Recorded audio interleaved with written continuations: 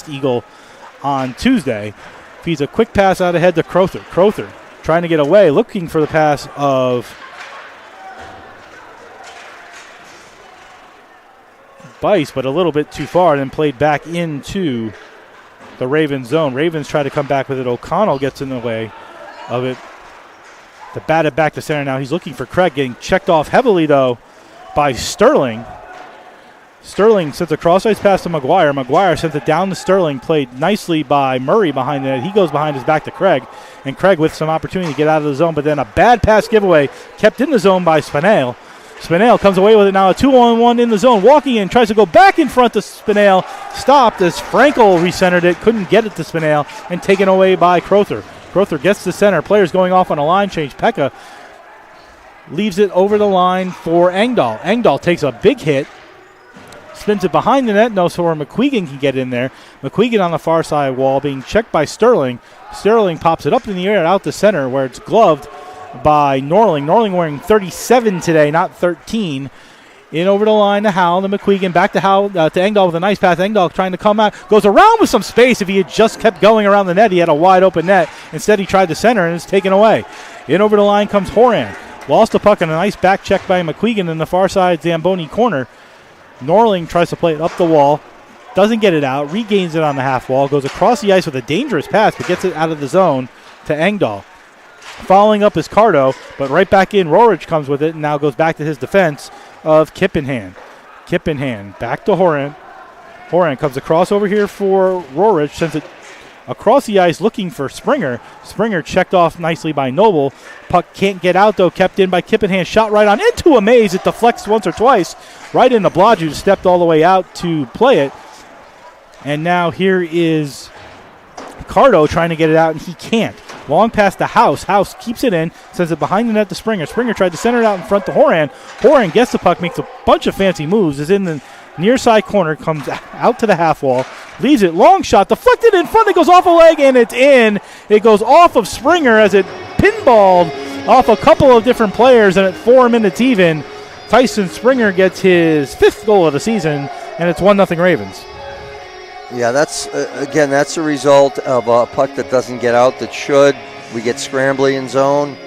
A lot of traffic in front of Drew. I'm not sure that he even was able to track that and see that puck. Definitely pinballed, hit Howell, hit Howell then Springer. Not sure if Springer got much stick on it as much as he got leg on it. No kicking motion. Clearly in, and at 4 minutes, it's 1-0. We'll get you the assist in a moment. Definitely Horan gets one of them. We'll see who gets the second one. All of that at 4 minutes.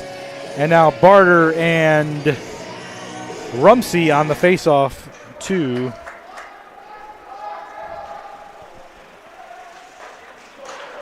at center. Puck gets out of the zone on a pass by Tommy Bice. Long across to Barter, but had it taken away quickly by Frankel. Frankel sends it in, chased by Tessier. And then it goes off Frankel's stick and all the way out to center. McGuire in his own zone, watched by Barter, spins away from the check of Barter, feeds a long pass up ahead to Tessier, looking across and taken by Delory. Delory gives to Barter over the line, recentered in front of Delory, off his leg behind the net, then a recenter again, but nobody there except for Tessier. He tries to give it away. Gethings cruised the slot, took it away, and now out come the Ravens 2-on-1 if they hurry, and they're going to race. Here's McGuire over the line on right wing, a long shot. Rebound shot, they score. It goes off the right pad of Blodgett, right to Lawler. Trevor Lawler, the senior out of East Bridgewater, Massachusetts. And 2 goals in 52 seconds for Lawler, his 4th of the year, and it's 2-0. Yeah, that's we saw that, a similar play to that in the previous game against Alberta's, where the defender went down low to become part of things, and the winger did not rotate and cover back, creating that odd man rush. So let's give you the 2 goals. The first is Springer, his 5th of the season, from Horan and House. That goal is at 4 minutes. At 4:52, it's Trevor Lawler, his 4th of the season, assisted solely by Douglas McGuire, his 6th assist of the season, and that came at 4:52. Eagles have to be careful, or we're going to see a replay of what happened on Tuesday, and they got to play this team again tomorrow. So early on, lots of time left, but got to get some offensive opportunities. And they've had a couple of chances, but have not had anybody in the middle of the ice looking for those pucks on a couple of those centering passes. Maybe would have generated some good scoring opportunities. But you can't get down. You got to fight back. This is one of those games you fight back. You get back into it, and good things will happen. Howell trying to get away from the check of Madzi. Eagles finally get the puck out of the zone. This might be icing. It's going to – nope, they're going to wave off the icing. Going to say House could have played it. House did play it, fell down, left it for Gethings. Puck comes free. Howell tries to chase after it, but the other way comes Dobrik. 23 Jones. Jones leaves it for Dobrik. Sends it toward the net, stopped by Blodgett, kicked into the corner. Penalty upcoming on the Eagles. Here's a centering pass in front. Shot blocked by Cardo on the shot by Kippenhand. But the Eagles go shorthanded at 5:44, so a minute 44 the Eagles would like to forget, as it looks like Noble's going to go here at 5:44 for roughing at 5:44. So the power play, Franklin Pierce 7 for 42 on the season, 16.7%. They are third in the NE10. The Eagles are third on the penalty kill, 32 for 40 and 80%. Face-off won by the Ravens. Springer. Springer stops on the half wall, looks for somebody, and now there's a whistle. And Eagles have 5 players on the ice.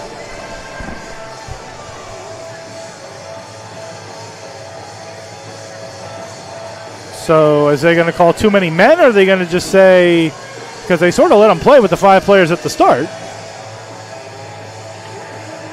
Yeah. How does that work, Coach? Well, initially one of the officials said it was his bat. I saw him make that signal that was on him. So I think they're just explaining that. We're going to go 5-on-4. And do we kick it back to 2 minutes on the clock for the power play? I mean, I would, if I'm Franklin Pierce, I'm certainly advocating for that. Okay.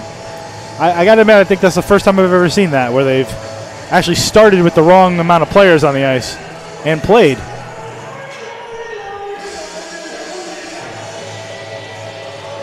Well, we saw a goalie goal in the NHL last night, one of 17 all time, so why not see something weird like that at this level? Sure, why not? I am proud to say I was in attendance for one of those 17 goalie goals. So, not last night, but I've been to one. Nice. I was too. I saw Chris Osgood That's score. The one I saw. Score against the Whalers. I was there. Yeah. All right. Face-off is Horan against Barter to Blodgett's right. They've reset the game clock, and they've reset the power play to 2 minutes. So, like, nothing has happened. We restart everything. And the Ravens get control again. McGuire, center point, has the puck from Rohrich, sends it toward the net. It gets blocked in front by a maze of players, and then back to the Ravens, who send it over to the far side wall where Rohrich pinches in looking for Springer. Sends it into the Zamboni corner. He makes a nice spin away with it. Gives the puck to Branish. Branish back here on the point to McGuire on left point now. Branish will go to center point as McGuire pitches down. Gives to Rohrich. Back shot from the point. Rebound was left there. Horan got chopped off nicely by Cardo. Couldn't get a good opportunity after Blodgett made the initial save. Puck in the near side corner. McGuire back to the point to Branish. On left point, moves to center point. Gives back over here to McGuire. Back to Branish at center point. 1:10 on the man advantage. Branish and McGuire change places. Leave a dangerous puck, and here's a breakaway opportunity for Craig. Craig from the blue line in has an opportunity in, shoots it wide and off the netting. As he chose to take a wrist shot from about 10 feet out, he had a breakaway from the blue line in after making a nice defensive chip out of the zone with 13:16 remaining in period 1 and 1:01 remaining on the power play. Coach just takes the wrist shot and misses. Yeah, that's not a bad shot selection at all, because you could see there he froze the goaltender just with that little hand move there, and he did have some net, but unfortunately just a little bit wide. Good idea, though. Murphy and Dobek in the faceoff, though, to Connor's left. Won by the Ravens again, who have a minute remaining on their man advantage. Long pass over here to Pick. He gets in over the line this time, gets checked off the puck. Lawler, who's got a goal, looking for somebody. He found a player and then gets the pass back from Jones. Jones on right point, gives it center point to Rumsey, looks over here for Pick. Umbrella set up again, very similar to what we saw on Tuesday from Albertus Magnus. Here's Jones. Jones goes behind the net, goes to Rumsey, the captain. Picks up the puck, gives it back to the point to Pick. Pick. Down low for Lawler. Back to the point to Rumsey at center point. Gives it over here for Lawler. Lawler cruising, leaves the puck, takes a shot, stopped right on. That was Pick's shot, stopped by Blodgett. Puck comes back to the point. Aggressive D trying to keep it in. Falls down, though, is Pekka. And now Lawler to Rumsey. Cross the ice again to Jones. Peyton Jones toward the net. He scores on a wrist shot from 40 feet out. It's a power play goal at 7:43, and the Eagles trail 3-0 on Jones's second goal of the season at 7:43. Yeah, that was just some good puck movement by Franklin Pierce, and that puck had some eyes and found a little seam.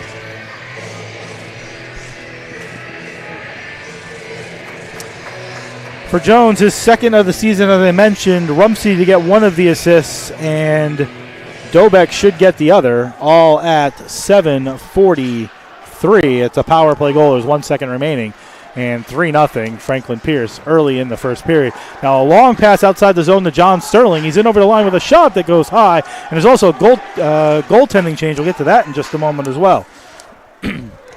Puck put into the Raven zone, takeaway by Howell.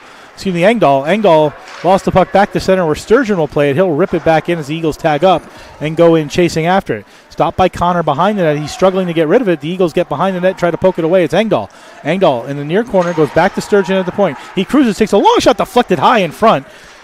Don't know if it got all the way to Connor, but it popped up in the air and it was sent back to center as the Ravens come back. It's John Sterling dumping it in. And the Eagles turn away with it with a nice pass by O'Connell. Long up to McQuegan trying to catch after it into the Raven zone. He has it behind the net. Crowther's there to help out. McQuegan spinning away. He spun right into the Raven defender, though, and gave it away to Rorich. Rorich gets to the red line. Ravens lead 3-0. Had it poked off his stick. Ravens offside. They'll get out of the zone and opportunity to tag up. As Cardo is behind Zach Richards now, who's taken over for Blodgett, who did not have a good 7 minutes. And has been replaced here in the first period. Richards, the junior out of Hampstead, Maryland, replacing Drew Blodgett here, 7:44 into period one. Crowther feeds Craig, who's had the best opportunity on that breakaway. He carries it in over the line on left wing, leaves it for Murray. Murray had his shot blocked by the leg of Horan, and out come the Ravens again. It's Christo.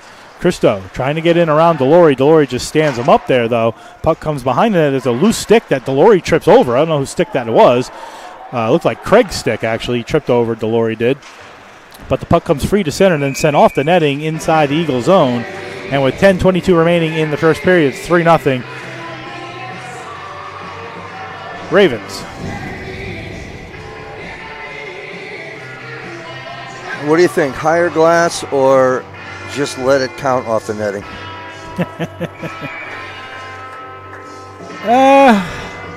What's it, arena football that let you play off the netting? Highlight. Highlight.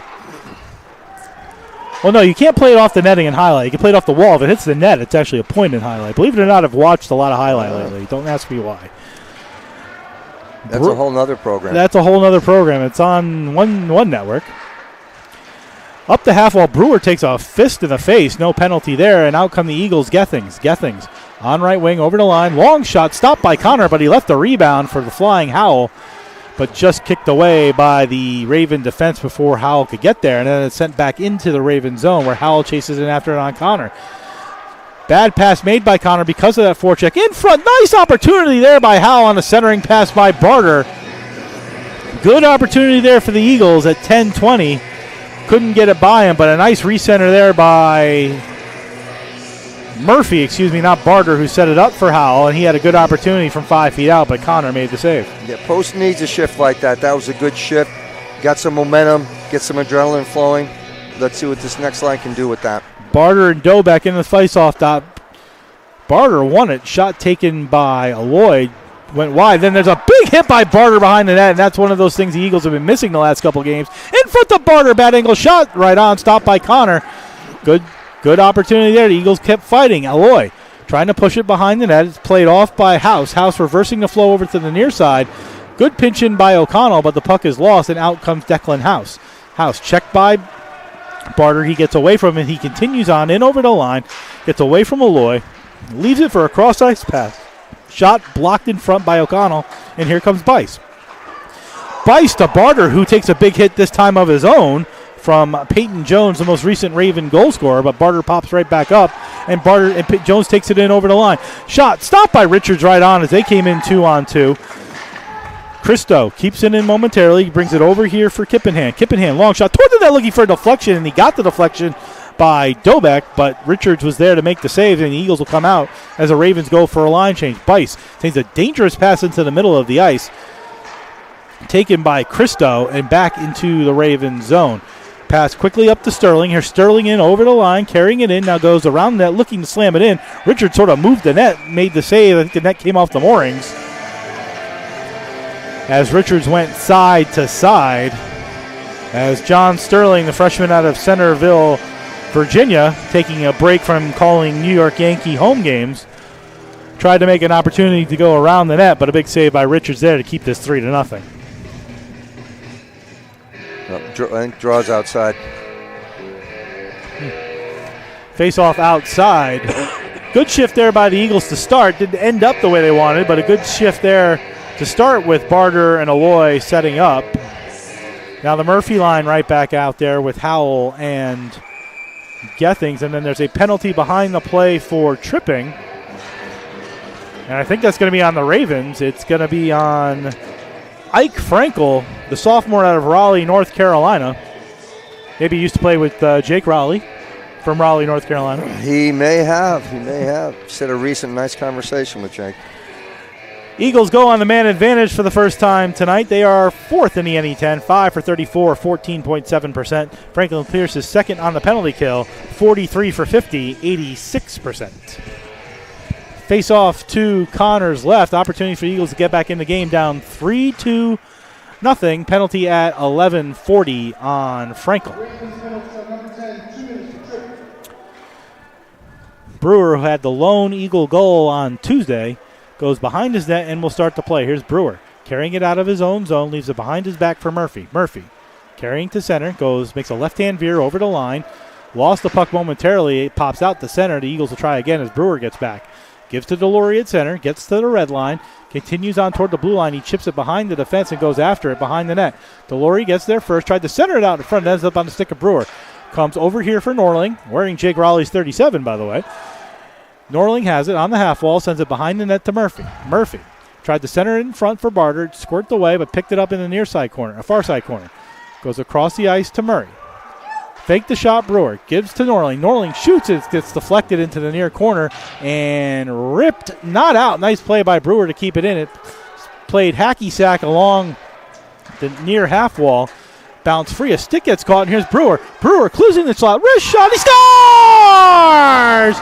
And at 12:45, Brewer picked up a loose puck after the hacky sack section on the half wall. Came free in the middle in his second goal in 2 games at 12:45. It's 3-1, and maybe that gets the Eagles going. Yeah, that was a well-conceived power play. They moved it around quite a bit. A lot of it was perimeter, but what it did was it spread the Franklin Pierce team out, which allowed for a shooting lane for Brewer. For Brewer, his third of the season, the graduate student out of Traverse City, Michigan, is second in 2 games. See if there are any assists on that play, with Brewer coming free with it out to the slot where he ripped the wrist shot by Connor. And maybe the Eagles calm down a little bit and get right back into this game. It should be an unassisted goal, though, because I think it came free off a Raven player. But we'll just see the official tally in a moment. But let's see if the Eagles can continue. 3 good shifts in a row, got a power play, and here comes Norling. Norling goes around a couple of players before losing the puck to Jones. Jones feeds it up the half wall on the right side over the line for Pick. Pick takes a shot, gloved by Richards right on. Then he takes a snow bath that Craig doesn't like, and he pushes back on it.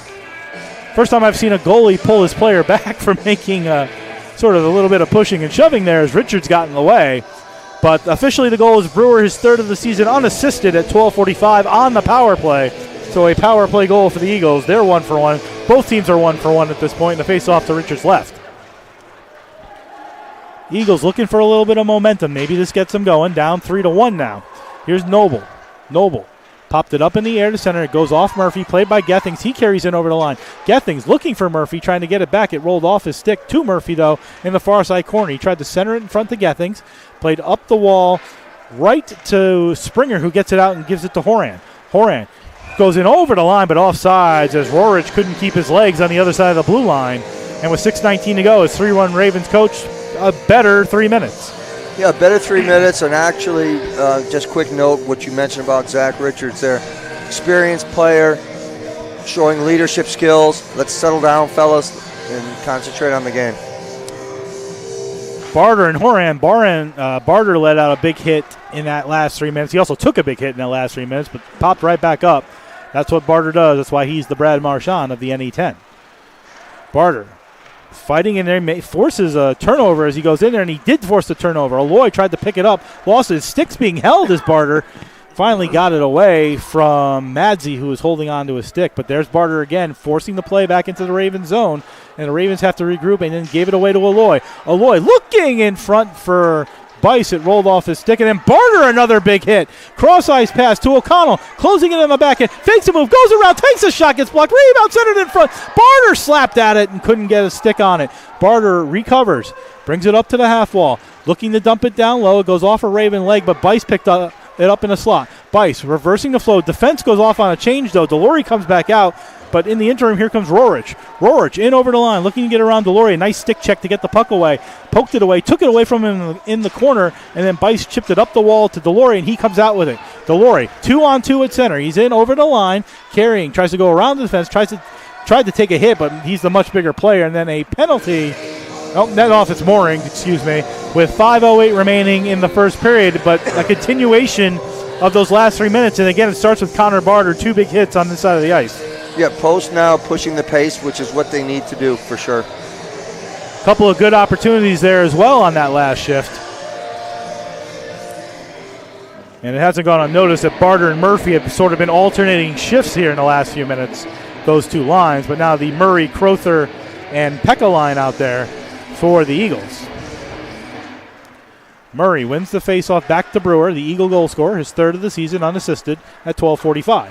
Shot from Brewer, right on, stopped by Connor. Pekka chases in after it. Ravens shoot it up the wall towards Lawler. It goes back out the center where it's played by Murray. Back to Cardo. Pass at center, chipped off the stick of Douglas McGuire into the Eagle bench with 4:51 remaining in the first period, 3-1 Ravens. Don't forget to stay with us in the first intermission. We'll go around the post-university sports scene where, unfortunately, the Ravens soccer team, number 1 in the nation, took care of your Eagles yesterday afternoon up in New Hampshire. But we'll cover all that in the first intermission, as we always do here on the NE10 Now Network and YouTube.com/Go Post Eagles. Puck in the Eagle zone again. The Raven zone again. Gethings came away with it, tried to set it out in front. It ended up on Howell's stick, and he scores! Jacob Howell found a loose puck on a centering pass from Gethings, and at 15:25, it's 3-2, and the Eagles got 2 right back. Howell pumping up his bench. Beautiful centering pass and a beautiful goal. Now you have a game. This is exactly what we talked about earlier, was just staying at it, task at hand. Now we've got ourselves a game. For Howell, his first goal of the season. Assists to Gethings and Murphy. Sometimes it's easy to know who the assists are. Gethings and Murphy get the assists at 15:25. Howell's first of the year, the sophomore out of Derry, New Hampshire. And it's a ball game again. Puck into the Eagle zone. Cardo tries to feed it up the wall to Bice. Chopped by Barter out to center as it got by the stick of Kippenhand. And sometimes those floodgates open, something simple, and that's what we've seen in the last 6 to 7 minutes. Barter comes away with it, gives it to Bice in front, they score! Tommy Bice took a centering pass from Barter, and at 15:54, it's all tied up. Floodgates open, Coach. Well, that's right now. You just see Post at home, just turning the tables right around on Franklin Pierce. Franklin Pierce ran 3 quickly against Post. Post did the same thing, turned 3 against them. For Tommy Bice, his second of the season, the junior out of Holland, Michigan. Assist to Connor Barter. He's the one who set it up. We'll see if there's a second assist in a moment. I don't know who that might have been, but Barter definitely gets the 1 assist, and he has been absolutely noticeable in the last 8 minutes. A centering pass in front and then sent all the way down for an icing.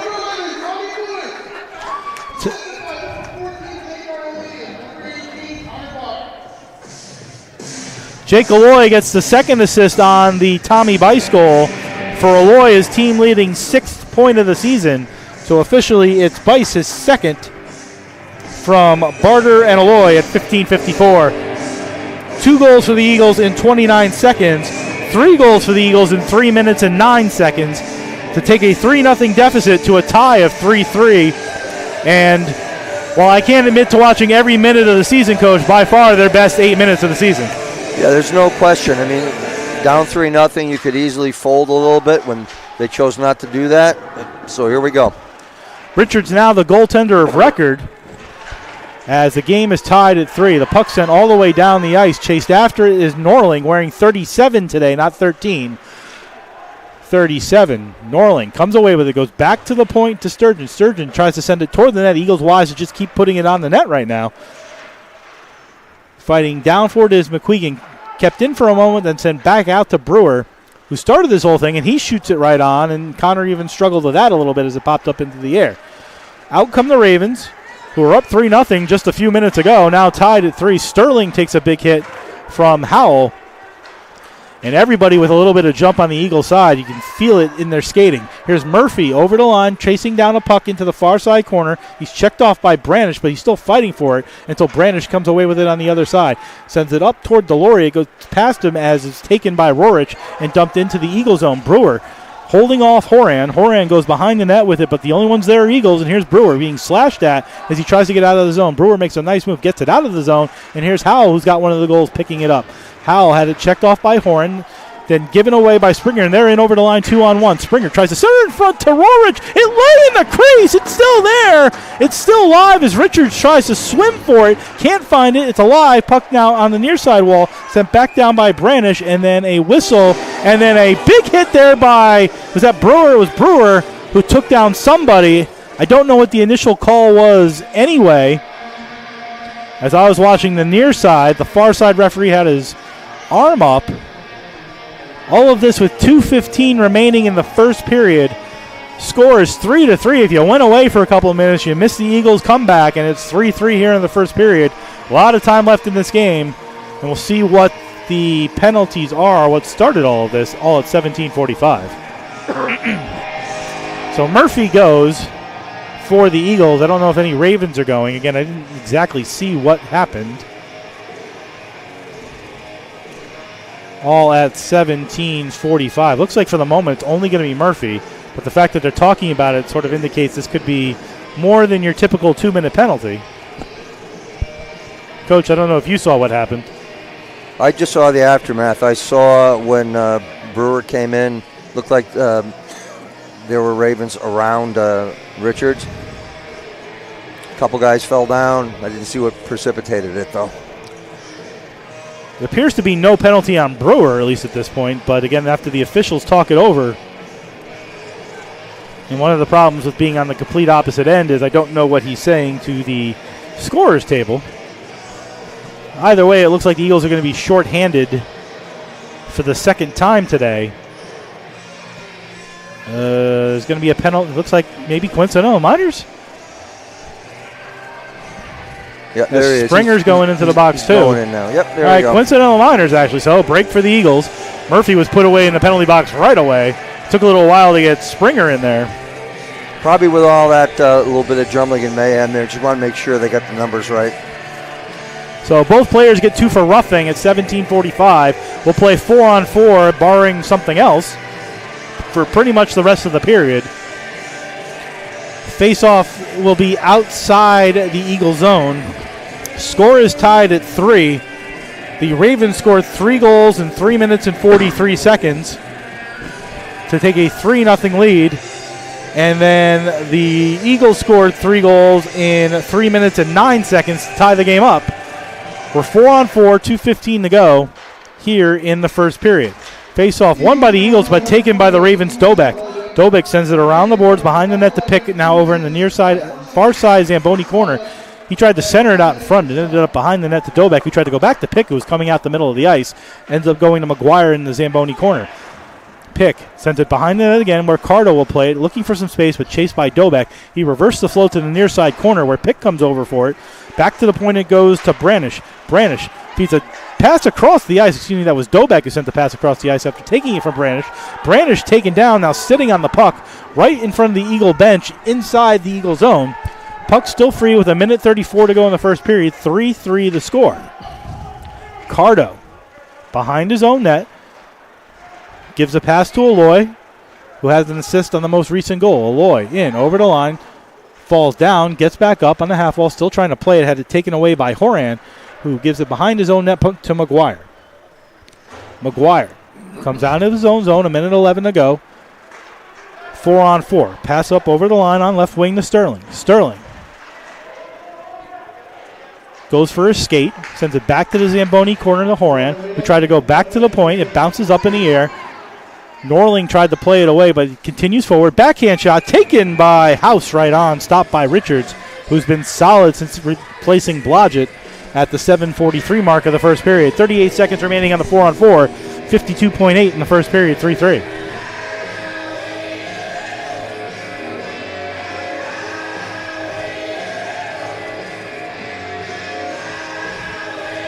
Murray and Horan in the faceoff draw to Richards left.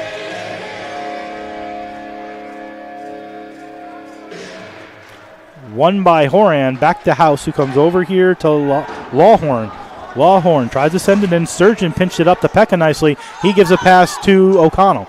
O'Connell carrying it in over the line, 2-on-2, but offsides was Connor Murray at the Raven line, and Murray didn't like something that Lawhorn did, the sophomore out of Reading, Massachusetts. Officials get between them. Face off just outside the Raven zone with 42.6 to go in period number 1.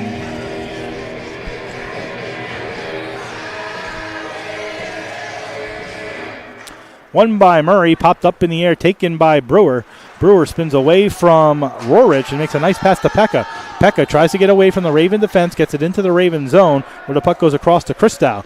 Christou chased by Pekka, popped up in the air, back to Brewer at the red line, and a pass to Delory. Delory gets back to the red line, looks for Pekka, sends it into the zone. Pekka keeps it going, tries to keep it going, spins away with it, keeps it in momentarily, but his behind-the-back maneuver went to Brewer out at center with 15. 4-on-4 over, 13 seconds remaining in the first period.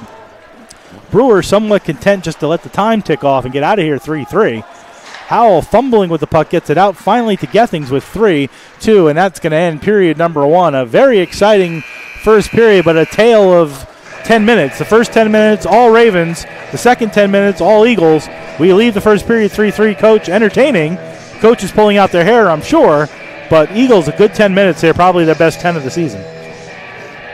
Yeah, if you're, it's two completely opposite conversations, right? If you're Post, you're feeling pretty good about your ability to come back from a 3-0 deficit so quickly. And if you're Franklin Pierce, you're trying to figure out what the heck happened when you just had a 3-0 lead. So two different discussions in the locker room. So we'll see if Post can continue to build on that. We'll see what adjustments Franklin Pierce makes in between periods. So it should be a good second period. That'll do it for period 1. We'll come back with our first period intermission, if I could spit it out. Our look around the Post University sports scene. We'll get there. We've got a couple of games this weekend. I'll talk it out and we'll get it all correct. First period look around the Post University sports scene, as we do every first period. You're listening and watching the Post University Hockey on the NE10 Now Network and youtube.com/go Post Eagles.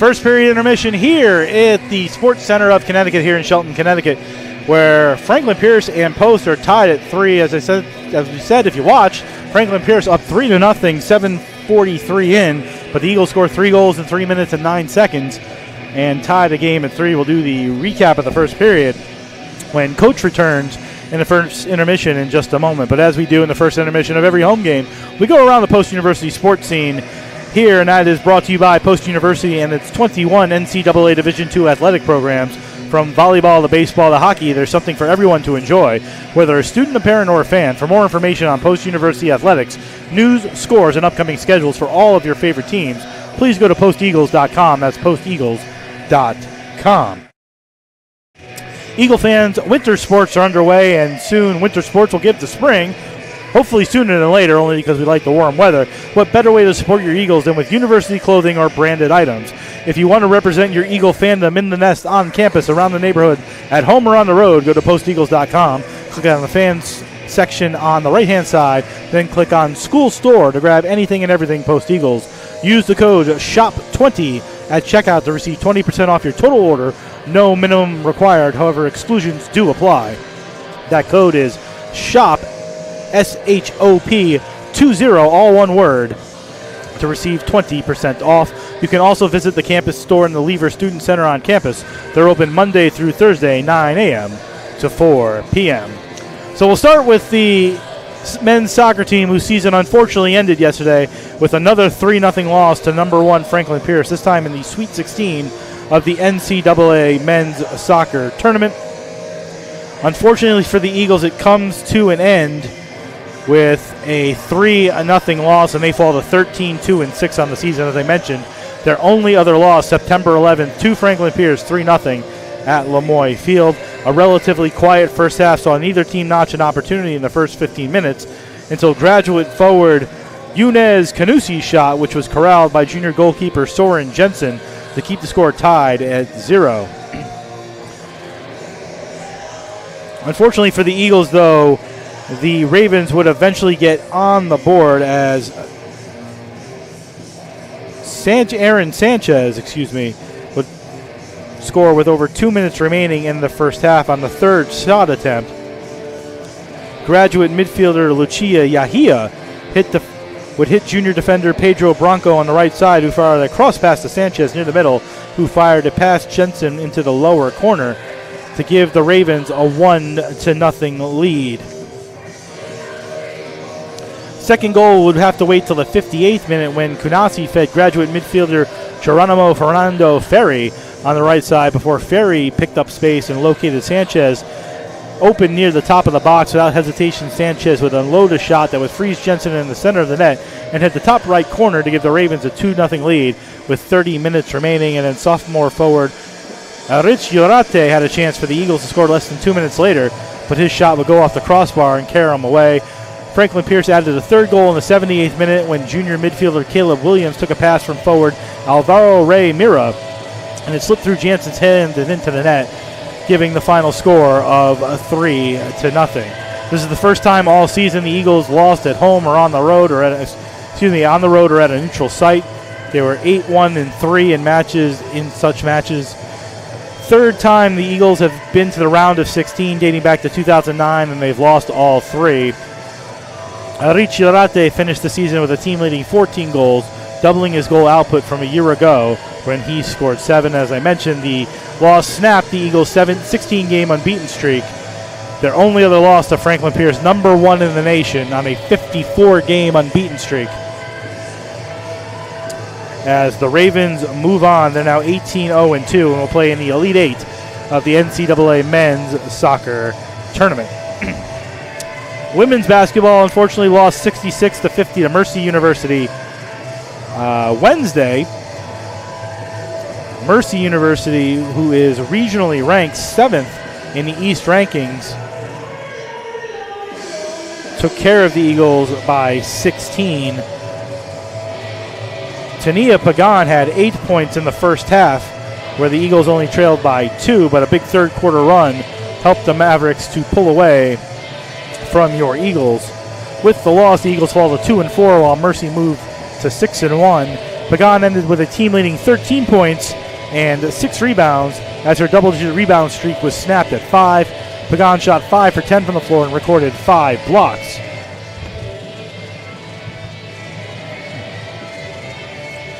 Angelina Barrar recorded her first double-double of the season for Mercy with 10 points and a team-leading 13 rebounds. Katie Wall helped lead the way for Mercy with 20 points while going 4 for 8 for three-point land and playing in a team-high 38 minutes. As the team post made just 1 of 15 three-point attempts, their fewest made when taking 10-plus from the arc since November 20th, 2018. Post gets to start the CACC conference play on Saturday afternoon as they play host to Dominican in the Drubner Center with a 1 p.m. scheduled tip-off. Also of note, the men's basketball team, who did not play a game this week and are coming off a win against a regionally ranked Southern New Hampshire University. They'll play their CACC home opener also tomorrow at 3 p.m. up at the Drubner Center.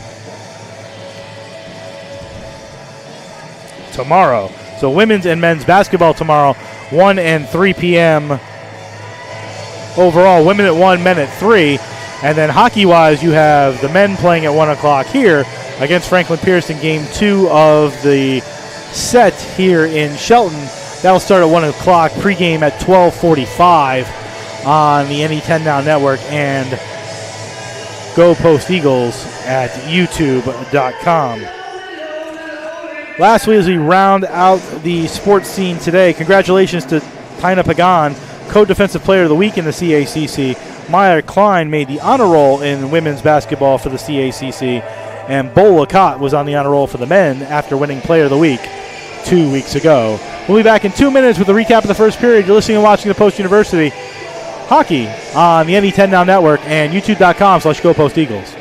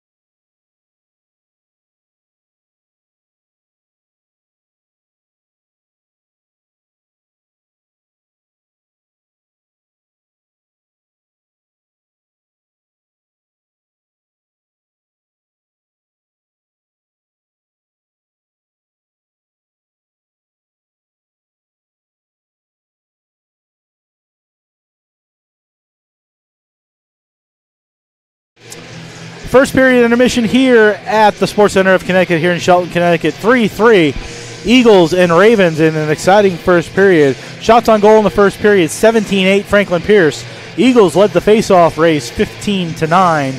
Recap, first 10 minutes all Franklin Pierce, as at 4 minutes Tyson Springer got a deflection off a pinball and put it in for his 5th of the season from Matt Horan and Declan House to make it 1-0. 52 seconds later, Trevor Lawler made it 2-0. The senior out of East Bridgewater, Massachusetts, got his 4th of the year, an assist from Douglas McGuire.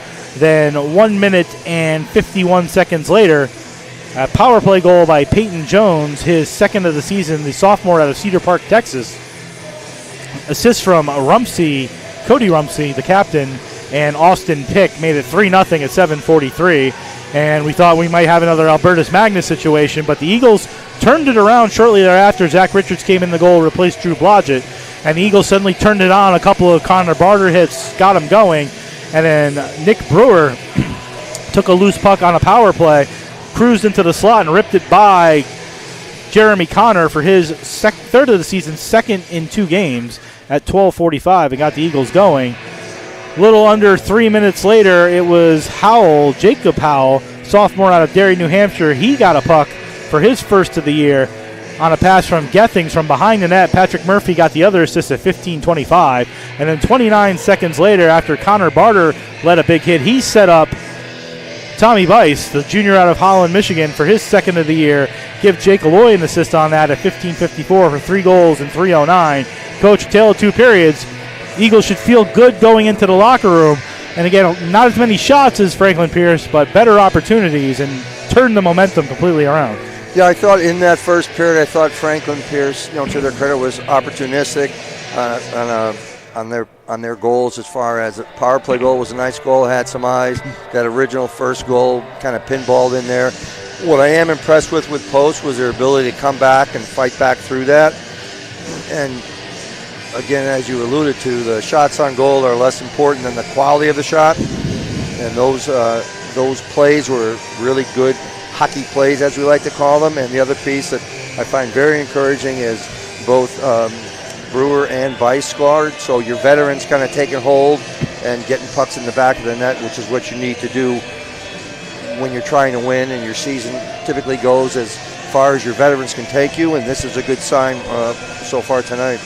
I will say too, Coach, and it maybe is a tale of the player, but when games where Barter is noticeable, where he's making these hits, it tends to create all sorts of Eagle chances, and they tend to play their better games when Barter's crashing all over the place. That's how he got the nickname of the Brad Marchand of the NE10. There are some games where he isn't like that, but today he's all over the place, at least in that last 10 minutes. Yeah, and the other piece that is great about Connor is, he's keeping his emotions in check too, no pun intended, but or maybe a little. But when he plays that way, that's his leadership role. When he plays that way, he really sends a message. And your opponent maybe holds on to the puck not quite as long as they should. They want to move that puck perhaps, just because they know what's coming. And then the other part of that is just his ability to make plays, because he's not just a player who just kind of runs around taking bodies. He's also got a really nice skill set, and when he settles down, gets his heads up, he can make some plays, as you saw with the pass to Tommy Bice. Start of the second period, both teams back on the ice. The Eagles in their third jersey grays, going right to left as you look at your screen and your dial. Franklin Pierce in their road maroons going left to right as you look at your dial, as the linesman takes a fall right here in front of us with the puck dumped into the Raven zone. Chipped out nicely to John Sterling, who tries to go too high, too far, and too long, and loses the puck as the puck goes into the near side corner. And out come the Eagles, O'Connell. O'Connell before the red line, looking for an Eagle play. This could be icing, no icing, as the Eagles get down there first. Barter takes a hit, but gets the puck away to Bice, who unfortunately sends it outside the zone, as he was looking for O'Connell, but he was standing on the other side of the blue line. Back comes Horan over the line on left wing. Leaves it, gets a return pass, tries to center it out in front. It goes in, and they score. Give and go with Frankel, Horan and Frankel, and at 42 seconds on an innocent enough play, but a nice give and go there. The Ravens get back in the lead as Frankel gets his first of the season to make it 4-3 from Matt Horan. And that's the tough part when you're trying to break out of a streak like this. It's those little plays. We saw a puck that didn't get out earlier in the first period, and there's a puck where the D just wasn't quite in the right spot to hold that puck in. That's kind of what precipitated that one there. So you just got to keep battling through it. Well, I don't think either of us thought this game was going to end 3-3. I think there's a lot more to go the way these teams are playing. And the Eagles now know that they play the way they do, they can get back into the game. But the goal is Frankel, his first, from Horan, his second assist of the day. At 42 seconds, here's Gethings back in over the line with a dangerous shot stopped by Connor. As he puck sent toward the net, deflected right on. Again, now the puck comes free to Brewer. Brewer behind the net to Gethings, looking to recenter. Gethings comes out the Zamboni side, loses the puck, gets it back, gives it over here to Murphy, keeps it in the Brewer. Brewer on left point, cruising to center, sends it toward the net. It gets blocked by Horan in front and sent it right back to center where Rumsey was looking for it. Brewer stepped up to keep him from getting it, and Howell chopped it back into Murphy. Murphy has Gethings going toward the net. The puck rolled off his stick, now into the official, the referee. Murphy trying to move it as he's being checked by Kippenham. Behind it now, sent it to Gethings. And in front, he hit the post. Gethings had an opportunity. He got chop-checked a little bit. Hit the post, though, as he tried to rip it by Connor. Maybe took a little bit too long as the defender was closing in on him. Norling reversing the flow, looking for Engdahl, trying to get it going. It squirts to center where it goes past McQuegan. He takes a hit, and the puck ends up on the stick of Peyton Jones, who's got a goal in this game. Jones, long pass ahead into the near side corner where Cardo will play it. Cardo leaves it for Norling. Norling gets it out back to center and off the stick of Madzi, who will get control and give it to House. House gets to the red line, sends it right back in around on the boards to Cardo. Cardo popped it up in the air. Engdahl gloved it, gets it back, now goes behind his net. It might be a hand pass. There's a slashing penalty also behind the play. I'm going to gather on the Eagles since they were touching the puck, but let's see. At 2:27, it's going to be Cameron. Nope. Door open, player just skating by. Nobody has gone into the box yet. Let's see if that works. Looks like it's going to be Ryan Cardo for slashing at 2:27. Ravens 1 for 1 on the man advantage. It was Peyton Jones who got the goal with 2 seconds remaining on the man advantage in the first period. Face-off won by the Ravens. Good effort by Pekka to get the puck, and he races ahead at center. He's in over the line, 1-on-2, takes a long shot that goes over the net. Good play by Pekka to keep control and get the puck away before the Raven D could close in on him. Back come the Ravens, though. Jones over the line. He gets chopped. The puck squirts free. Picked it up. Carries it back into the half wall where he stops and turns. Umbrella set up. Jones goes across the ice looking for Pick. Pick gives it to Rumsey. Rumsey back to Pick. Pick down low. Gives it back to the captain Rumsey at center point. Goes over to Lawler. Lawler comes near side to Jones. Jones changes places as the movement continues, very Princeton offense-like for basketball, as Rumsey on the half wall gives it back to the point. It's blocked by Pekka, who's going to have a breakaway from the line, and if he can get it, he's got it. He's in over the line, takes a wrist shot low, and stopped by the right pad of Jeremy Connor. Couldn't get any lift on it, and Connor made a save on the wrist shot by Pekka, but his second try in a row. Across the ice to Pick, who brings it back into the Eagle zone. O'Connell behind the net, tries to make a fancy move, and he does. He gets away from Dobek and then shoots it up the wall and all the way down, but stopped right before the blue line by the Ravens, and they come back the other way with Rorich. Rorich over the line. Eagles manage to get a couple of players off on a player change. Spins away with it on the half wall, carries it down into the slot. It ends up on the far side. Long wrist shot, gloved and held. Taken by Branish, the freshman from Little in Colorado. But Richard stepped out to make a glove save with 36 seconds remaining on the man advantage and 3:52 gone in period number 2, 4-3 Ravens. Yeah, very different so far in this power play here with this penalty kill. Good job, really one quality opportunity, and Pekka really standing up when he was out there. Branish gets the puck on the face-off win by the Ravens, sends it down to the far side corner of the Rorich. Back to Branish, comes all the way over here to McGuire. McGuire holds, waits, back to Branish on the left point. Across the ice, as they keep playing some catch with it. Ends up on the right-hand side where Jones was checked off. Now into the slot area. Horan makes a move dangerously in front. It's held on a tip by Rorich after Horan turned and made a shot with 11 seconds remaining on the man advantage by Richards, who's played well since he come into the game, Coach.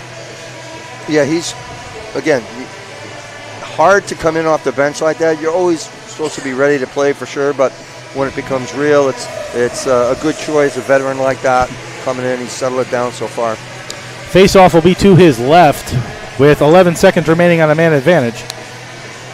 4:17 gone in period number 2.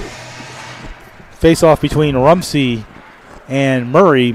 Rumsey won it, but nobody was there at the defense to take it, and that should end the second Raven power play of the game. They're going to go to 1 for 2 on the man advantage. Out of the box comes Cardo. Here comes McGuire over the line, head of steam. Nice stick check away there by O'Connell. And then an even better play by Engdahl to squirt it to center, but a nice dive by Branish to keep Engdahl from going forward. And then Engdahl levels a hit on Tessier, who goes flying to the ice, and the Ravens take control. Back 3-on-2, they come over the line. Lawler leaves it. Shot stopped wide, kicked around into the slot. Bouncing away, coming away with it, O'Connell, who feeds a pass to Murray, who deflects it in, so no icing, and Norling goes in after it right on Branish. Norling, nice hit on Branish to stop the puck, but behind the play comes Tessier to pick it up, sends it up the glass, up the wall, out the center to Cardo, who's being watched by Dobek, so he's got to go back into the Eagle zone to play with Dobek, just following him around. A nice pick set by Brewer to get him away, and here comes Cardo with a head of steam over the line. A lot of skating for Cardo. He comes in with a shot that goes off the ankle of Kippenhand, who goes down on the ice. Centered it out in front, they score! It's Murphy! With Kippenhand down behind the play after blocking the shot. A re-center on the puck by Cardo, and at 5:25, it's 4-4 on Murphy's second of the season. Yeah, that was really a good job by Patrick there. A tough break for Franklin Pierce there, essentially going 5-on-4 after that player took one to the ankle, but credit Post for finding that seam and finding that open player. Cardo set it up with the centering pass. We'll see if there's a second assist, as Cardo did a lot of the work. He went end-to-end, got away from the chase, and centered that puck in front, and a nice job there by Murphy to get his second goal of the season. He had time and space, and this game is 4-4, and I have a feeling we're going to see a lot more of that as we go on. Long pass, deflected in front, backhand taken by Dobek, popped up in the air. And now behind it, a player goes flying to the ice. No penalty. Franklin Pierce upset with it, and out come the Eagles again. Here comes Barter. Barter loses it, continues over the line, but he's offsides because Bice couldn't hold up on that play. For the moment, officially, there's no assist, but I know that it was Cardo who sent the centering pass. So we're going to give Cardo an assist here on this end of the ice. At 5:25, Murphy's second of the season. Yeah, no, offside was just unfortunate there. Connor had it, just lost it for that second, and that's what kind of threw Tommy's timing off. Murray and Sterling in the draw. One by Murray. Back to center. He took it himself, and now Delory pinches it nicely ahead to Norling, who tried to go around the defense for a 2-on-0. Couldn't get it. The puck bouncing, though, at center. And then behind the back did Branish with a backhand pass that sends it into the zone, touched by Connor. Connor still in net as McGuire takes a pass. Nicely done, though, and out to center. Sent right back in by Delory. Cross the ice. Branish picks it up again. Howell chasing him. Norling now checked him off. Howell comes away with it on the half wall. Back to Delory on right point to Sturgeon at center point. He sends it back into the Zamboni corner where Norling spins away with it. Lost it.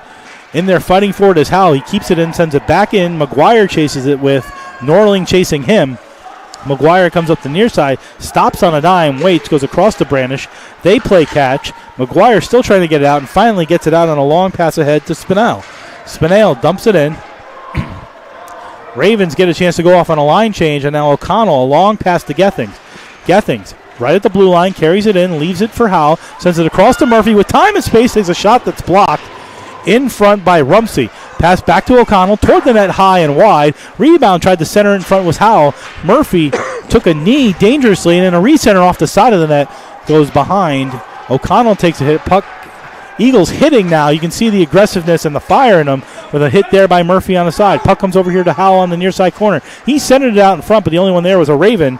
It was Frankel. He couldn't get it out. Brewer toward the net with a shot that's gloved by Connor to stop the play. But it's like a switch goes on, Coach. They score the goal, and suddenly they're hitting everything in sight and putting pucks on the net. Yeah, adrenaline's a beautiful thing. So the Eagles flying high all over the place right now in a 4-4 game. 7:30 gone in period 2.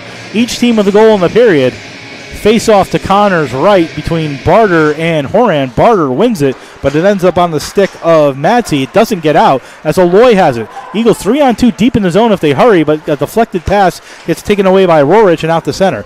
Rorich out to center. He's up over the line, carries it in on left wing, goes into the far corner, spins with it, goes back to the point to Madsey, plays it off his stick dangerously and taken away by Bice. Bice tries to get going, but Madsey keeps sticking with him, and here's Cardo. Cardo in backhands toward the net looking for a stick. Didn't get it there. Cardo back to Bice, who sends it toward the net off the side of the net as he was looking for a deflection from Aloy. I think he got it, but just didn't get it on net. Cardo attempts to send it deeper. Aloy fighting in there. Ravens desperate to try to get it out of the zone. The Eagles keeping it right where it is. Sort of a high-lie cesta throw by Cardo onto Connor, who stops it, and the Eagles go for a line change. Horan trying to go through the Eagle bench and the Eagle defense, loses the puck once he gets it into the Eagle zone, and it pops out outside, and too many men on the ice on the Ravens as players going in, players going out. They're calling at least 6. I saw 7. And at 8:27, the Ravens take a too many men on the ice penalty, and the Eagles will go on the power play for the second time today, where they're 1 for 1. Yeah, Post was fortunate with that there. That's just the lack of awareness, but you could see it when you're changing, right? Hard when you push the puck towards the bench where the changes are occurring. That's what happens. We see that.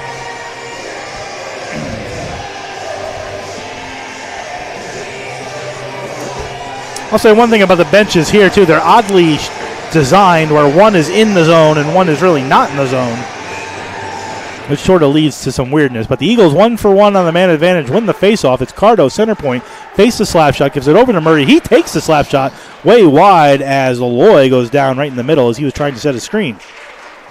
Eagles set up their own umbrella. It's Tommy Bice. Bice down into the corner to Aloy, looks to center, did center, but it went through a bunch of legs and past Tommy Bice and out the center. Back comes Murray with some speed out of his own zone. He crosses in over the line but lost the puck as he was trying to go through too many players. Puck popped up in the air and past Cardo and out back to center. Engdahl looking for Cardo, being chased down by Dobek. He'll spin with his own zone and they'll regroup with 1:20 to go on the man advantage. 10:51 to go in the second period. 4-4 the score. Here's Cardo, faking, ragging, bringing it, giving it to Engdahl. He carries it in. Continues on, goes back to the point to Bice. Bice, fancy move, cruising in, but had it chopped off his stick by Frankel. Sent behind the net to Aloy, who spins with it. Comes to the Zamboni side, keeps going. Now up on the half wall with some space. Goes to Brewer, center point, goes to left point. He sends it towards the net, it goes right off the leg of Demetrius Christou, the junior out of Scanatelli's, New York. And the puck goes all the way down the ice where Richards will play it. Richards to Brewer, 43 seconds remaining on the man advantage. Brewer goes behind his own net and waits. He carries it out of his zone, gets the center, continues on, looking for Norling, had it roll off his stick. Brewer keeps going on. Norling kept it in for a moment before it got sent down the ice by Rumsey. Murphy behind his back to Delory. Quickly 3-on-2 if the Eagles hurry. Here's Norling over the line. Wrist shot right into the pads of Connor. He kicked it away, and then Delory and Norling crash into each other, leading the Ravens to wipe it down the ice with 10 seconds remaining on the man advantage, and that should just about do it on the Eagles' second power play. They're 1 for 2. Yeah, better opportunity or good opportunity there if we just slowed it down a little bit on that 3-on-2 because we had another player coming late. Kept in for a moment by Murphy before it's lost, and now 2-on-1 for the Ravens in over the line. Here's Roerich, centered in front, stopped by Richards, but regained. Horan in front, shot taken as House took it from 15 feet out on a wrist shot between the circles. And then House and I think that's Barter. And again, one of those things where you're talking about keeping your emotions in check. He didn't get to him, but he wanted to. Yes. Yep. But a good save there by Blodgett. 2 good saves after the Ravens kill off the power play. There's some good opportunities there, but I'd like to see Post be a little more patient with the puck because if they can attack like that and pull up a little bit, the Ravens have been sort of coming so hard that they'll overskate the play. Shot taken off the face-off off the mask, rebounded, lay in the crease, and it's wiped wide as Roerich had a shot off the face-off, and back comes Pekka. Pekka flying up on left wing, takes a big hit right in front of us. A sandwich job. He lost the puck, and it comes back to the Eagle zone where it's taken by O'Connell. O'Connell looking for Pekka, had it bounce off Pekka, kept in the zone, bouncing away. Pekka tries to go away with it. He lost it as Roerich took it. Pekka gets it back, finally gets it out, avoids a big hit. He almost got crushed as somebody was going for him. It looked like it was Christou. And now the puck dumped in is that an icing or a penalty? Yeah, penalty. It's Roerich. And the Eagles go right back to the man advantage. And Mateo Pekka, good shift. Almost got crunched 3 times, but managed to avoid all those hits. And there will be an interference penalty at 11:20 to Devin Rorich, the sophomore out of Upper St. Clair, Pennsylvania. Coach, Eagles right back to the man advantage. Yeah, Mateo's been very noticeable in this game, both offensively and defensively, making efforts on both sides of the puck. Faceoff dies on the faceoff dot, but the Eagles get it back. Here's Bice. Bice closing in with time and space, looking for the corner, missed it wide and high, and it goes around the boards all the way to Murray. Engdahl comes out with it from the corner. Nice triangular passing. In front looking. Rebound. Engdahl had it. Took it. Stopped by Connors. It went through Murray, and Engdahl picked it up on the other side. Engdahl across the ice to Murray. Back to Cardo. Back to Murray. They play catch. Cardo, center point, holds. Gives to Bice. One-timer off the blocker of Connor. It squirts free and then taken out of the zone by Pick.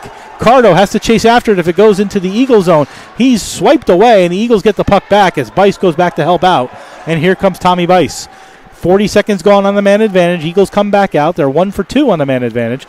Ragging is Bice. Bice dumps it in, chases in after it. He's got Norling cruising to the front of the net, but he goes behind the net with it. Bice comes out the other side.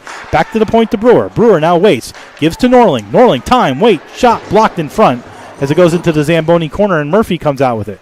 Murphy goes to center point, leaves it for Brewer. Brewer, one time they're blocked right in front. Brewer gets it back on the nice block by Pick.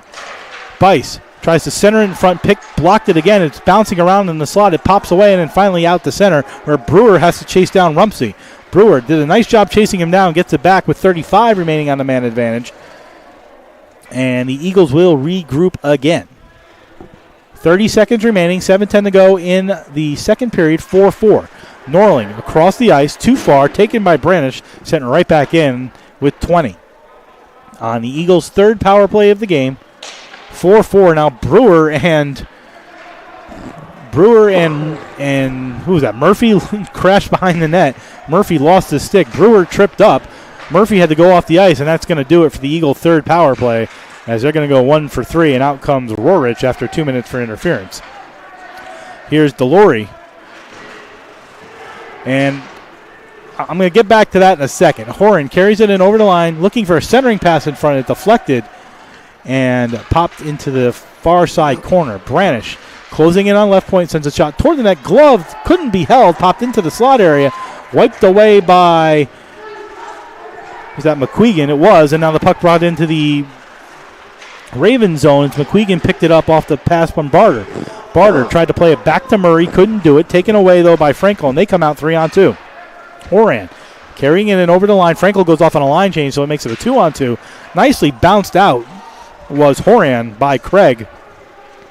And the Eagles will start again with 5:55 remaining in the second period.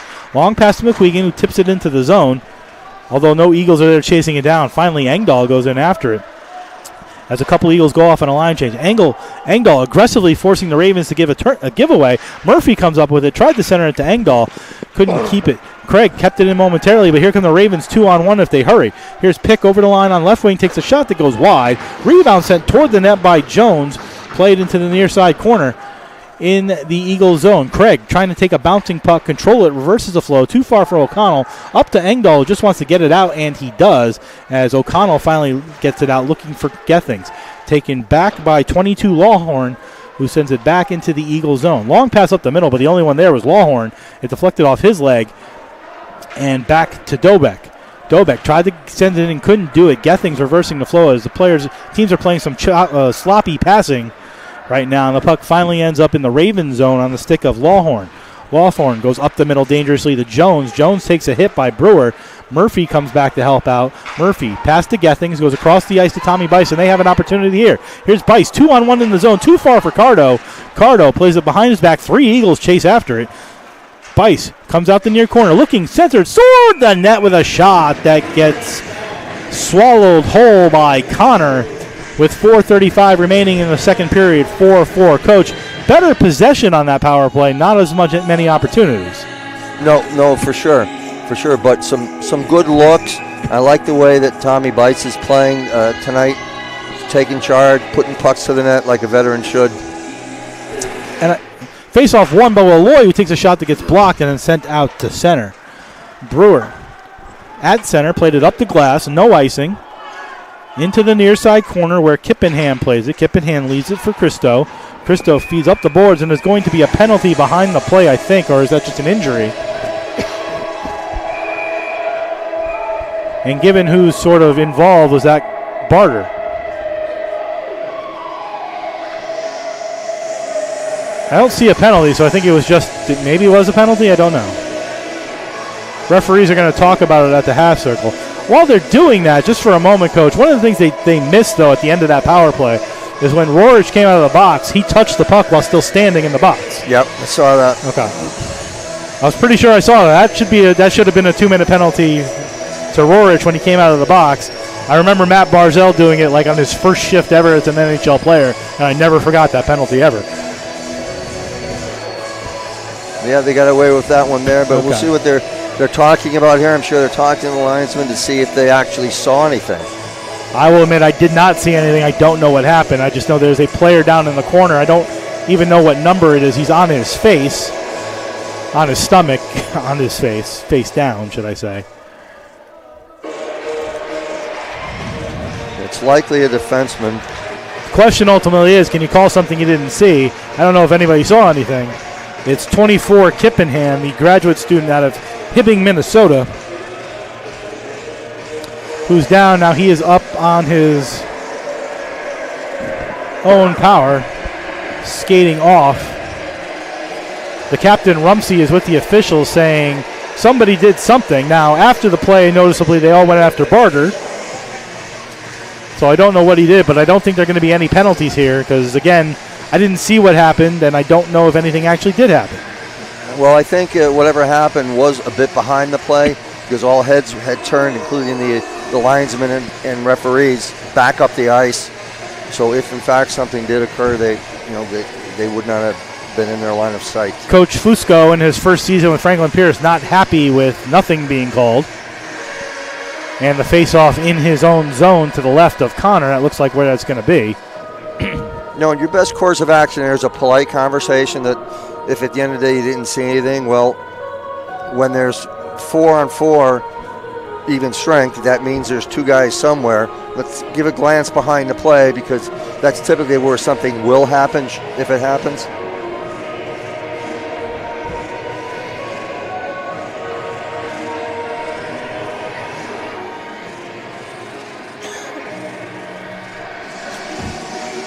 For some reason, they're moving the face-off out to just outside the Raven line. I don't know why they're doing that. That doesn't really seem to make sense if there's no penalty. No, the only reason is if that's in fact where a puck was when they blew the whistle. Good point, Coach. Won by the Eagles. They bring it in. Engdahl had it roll off his stick, kept in by Sturgeon. Tried to get it into the corner, but kind of fanned on the dump. And brought out by Madsey. Madsey plays it to Tessier. He tried to get a pass up to Rumsey. Couldn't do it. Eagles take it. Murray makes a fancy move, gets to center, trying to get to the red line, looking for Norling, gets to the red line, trying to dump it in, but had it taken off his stick by Tessier. Tessier carrying it in, but nice back checking by Engdahl to get it to the red line. He tries to dump it to Murray, who is streaking down the line, and then a cross check from behind by House on Engdahl sends a couple of the players pushing and shoving as the puck goes into the bench area. And say what you will, and again, I don't know if he did anything. I don't know what happened after that last play. They all looked after Barter, but it creates things where the other team then tries to take stupid penalties, like a cross-check. Now, I'm not going to get called here, but setting themselves up for it. Well, sure, and we, regardless of which bench you're on, this kind of a game, you got to keep your emotions in check and you got to worry about the task at hand. Murphy wins the faceoff back to Brewer.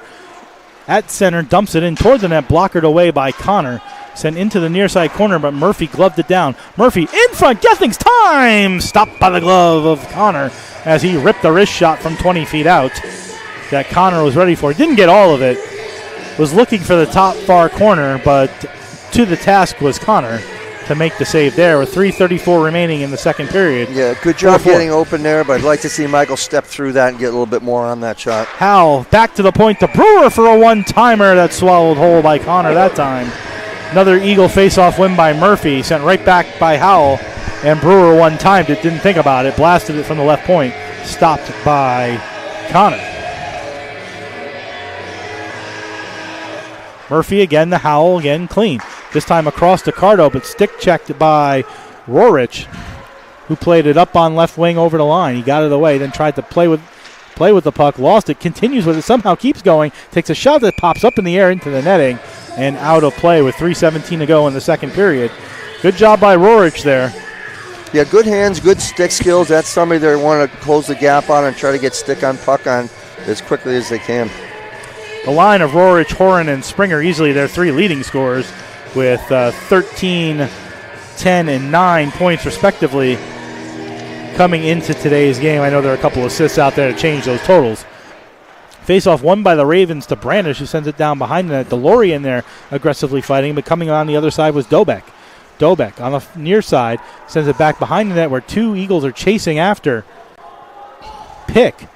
Puck comes free now onto the near side, or Dobek reverses the flow looking for Jones. It comes all the way through. Delory gets there first. He takes the hit of Pick onto the half wall where Bice kicked it into the slot, taken by Sturgeon. Sturgeon to Bice up on right wing at center. He's trying to get in over the line. They would have been offsides, but then taken away by Dobek.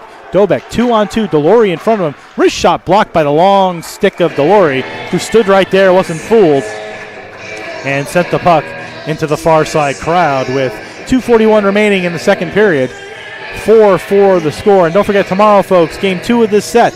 1 p.m. here at the Sports Center of Connecticut. We had a sellout crowd last Saturday. Let's have another one tomorrow, 1 p.m. puck drop, 2:45 pregame on the NE10 Now Network and Go Post Eagles at youtube.com. Won by the Ravens again, back to the point. Sends a shot looking for a deflection, did Christou. That popped up in the air. I don't know whose stick it went off of, but either way, another face-off in the zone on a clean win by the Ravens.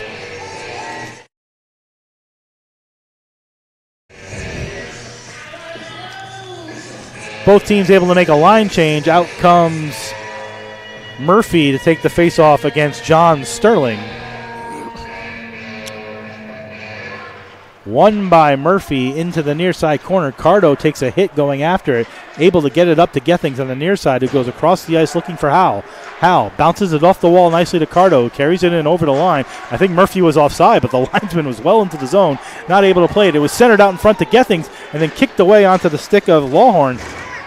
He tries to get it out, and a nice low hit by Cardo, taking out Lawhorn.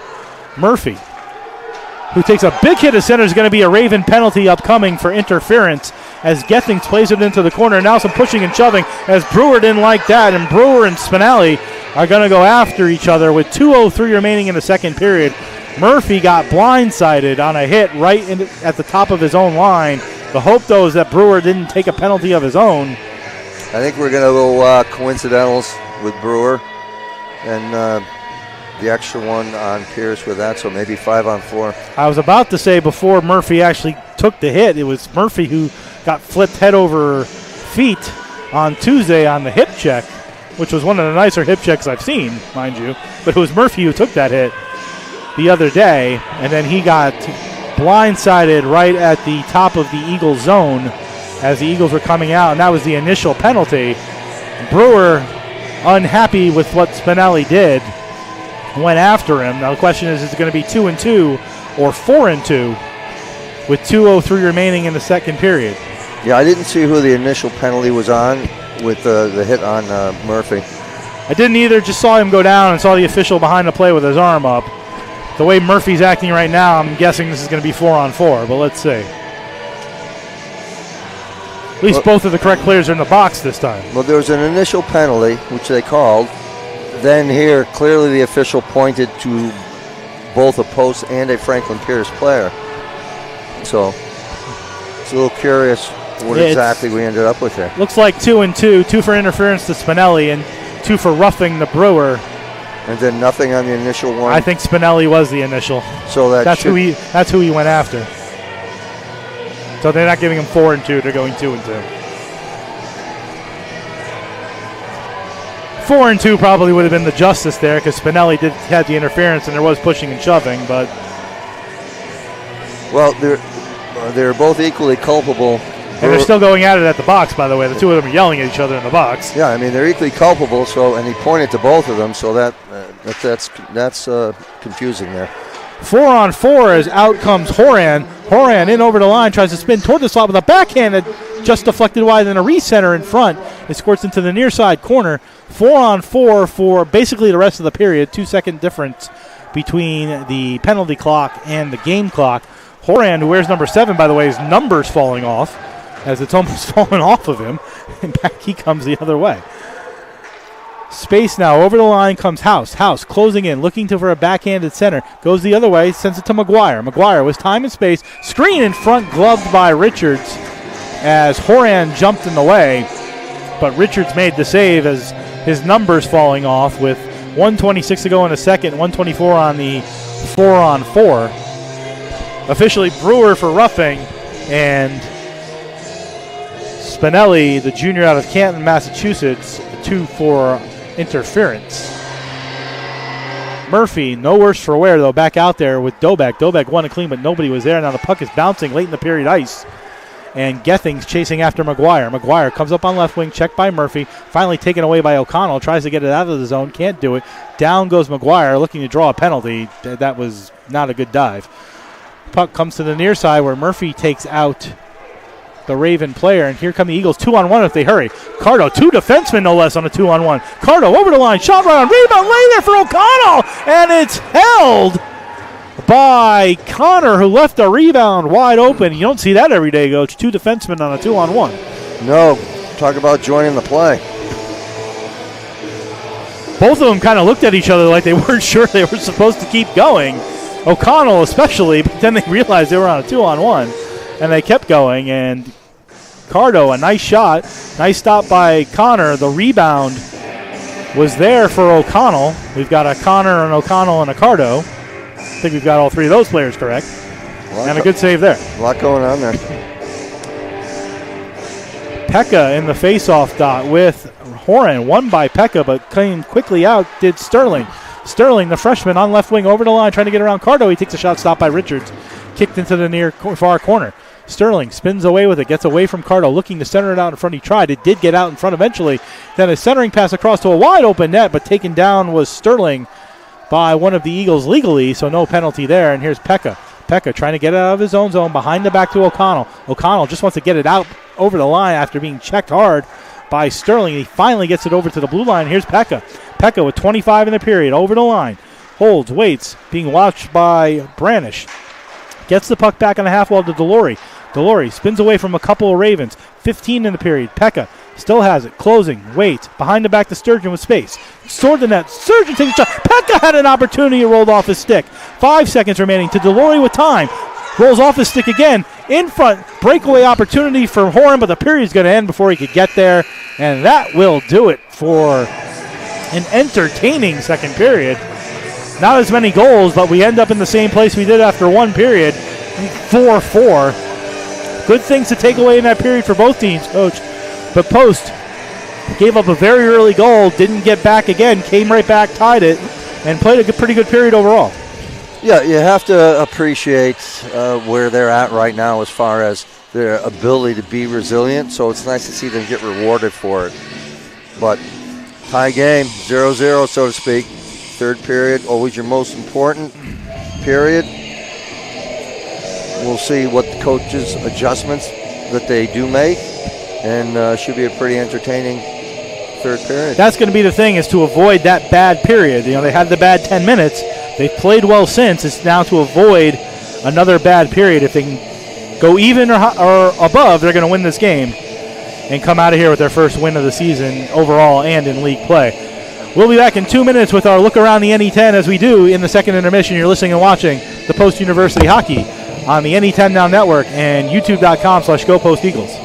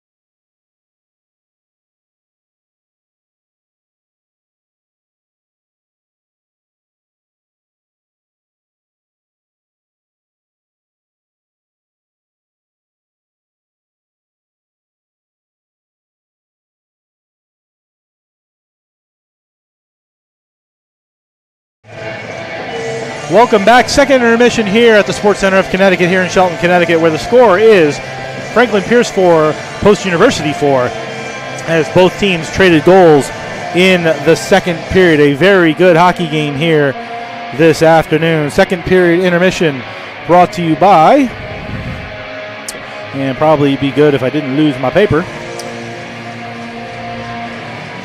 brought to you by Post University, and being Post is personal, as online, hybrid, and on-campus degree programs to meet your needs. Again, for you, Post is personal. For more information on their degree programs, to visit campus or to apply, that's post.edu, post.edu. As we mentioned, we go around the NE10 sports scene as we do after every second period during the season, and if you joined us on Tuesday, some of this is going to be similar, but your NE10 Player of the Week for Week 5 is Jonathan Surrett out of Assumption. We saw him last weekend, and that's where he gets to be NE10 Player of the Week. Surrett ran his point streak to 10 games, recording a goal and 2 assists in a 3-point week. Against Anna Maria, he scored his NE10 leading 10th goal of the year before wrapping up the week with a pair of assists and Assumption's 4-1 win on Saturday against Post University. NE10 goaltender of the week is Thomas McLarnon.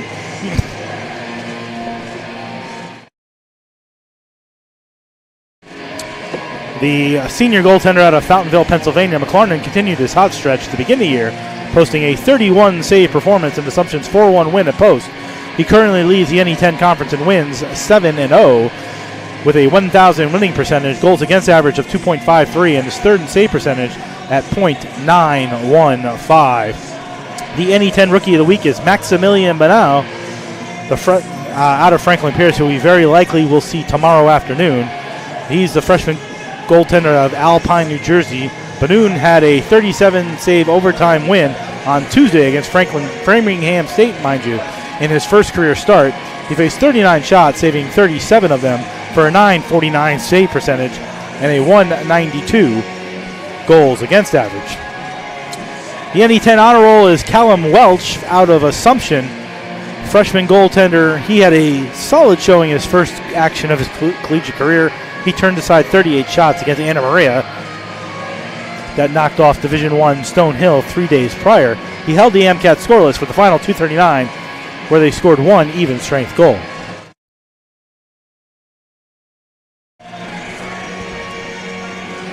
Matt Horan, who we're seeing tonight from Franklin Pierce, he's on the honor roll, sophomore out of Methuen, Massachusetts. Horan continues to excel offensively. He had 2 unassisted goals in the game on Tuesday against Framingham State, including game winner in overtime. He had 2 of those goals on 3 shots. He also had a block shot and was 9 for 16 in the faceoff dot. 3 Southern New Hampshire players round out the honor roll. Sean Guerin earned his second win of the season with 24 saves, the freshman out of Chicago, Illinois, over Westfield State.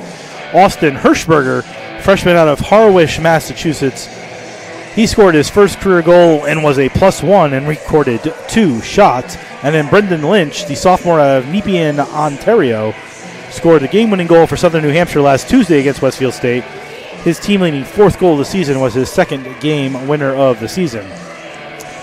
Up-to-date standings, Assumption still leads the way. They're 6-1 in conference, 3-0 in overtime, 9-1 overall. 9-1 overall for 15 points.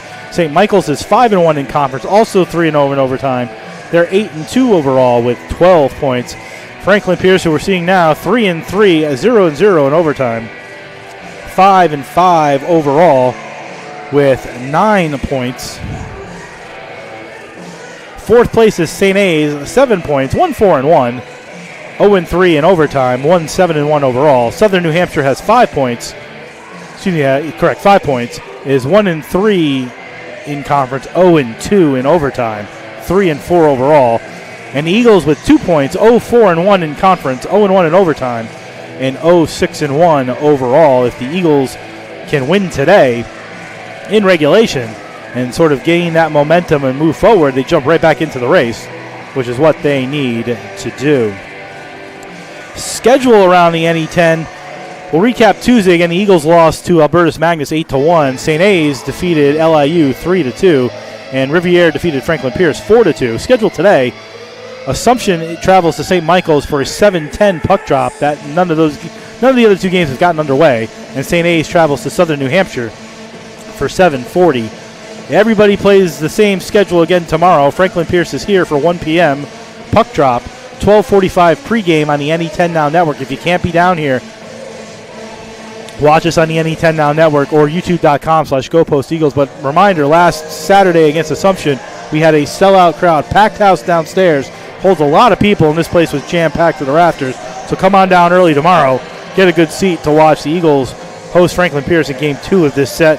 Assumption and St. Michael's will play at 4:05 tomorrow, and St. A's will play at Southern New Hampshire at 7:40 tomorrow. The rest of the week's schedule, St. Michael's will travel to Vermont State, Castleton, at 2 p.m. on Tuesday, 7 p.m. on Tuesday, Assumption goes to Westfield State on Thursday at 7:35. And then a week from tonight, a triple header. Southern New Hampshire is here for Post, who will play 2 more games here and continue the homestand at 4 p.m. on Friday. Canton travels to St. Michael's for a 7:10 start next Friday. And Franklin Pierce travels to Arcadia for a 7:30 puck drop a week from tonight. So Game 3 of the Eagle homestand going on right now. They got 3 more games tomorrow, next Friday, and next Saturday in the pre-Christmas portion of the homestand. Then they come back and they play 2 more to wrap up the 8-game homestand after the holiday break. That's your look around the NE10, brought to you by Post University. For more information on their degree programs, to visit campus or to apply, go to post.edu. That's post.edu because Post is personal. Post.edu. That's your look around the NE10. You're listening and watching the Post University Hockey on the NE10 Now Network and youtube.com/GoPostEagles.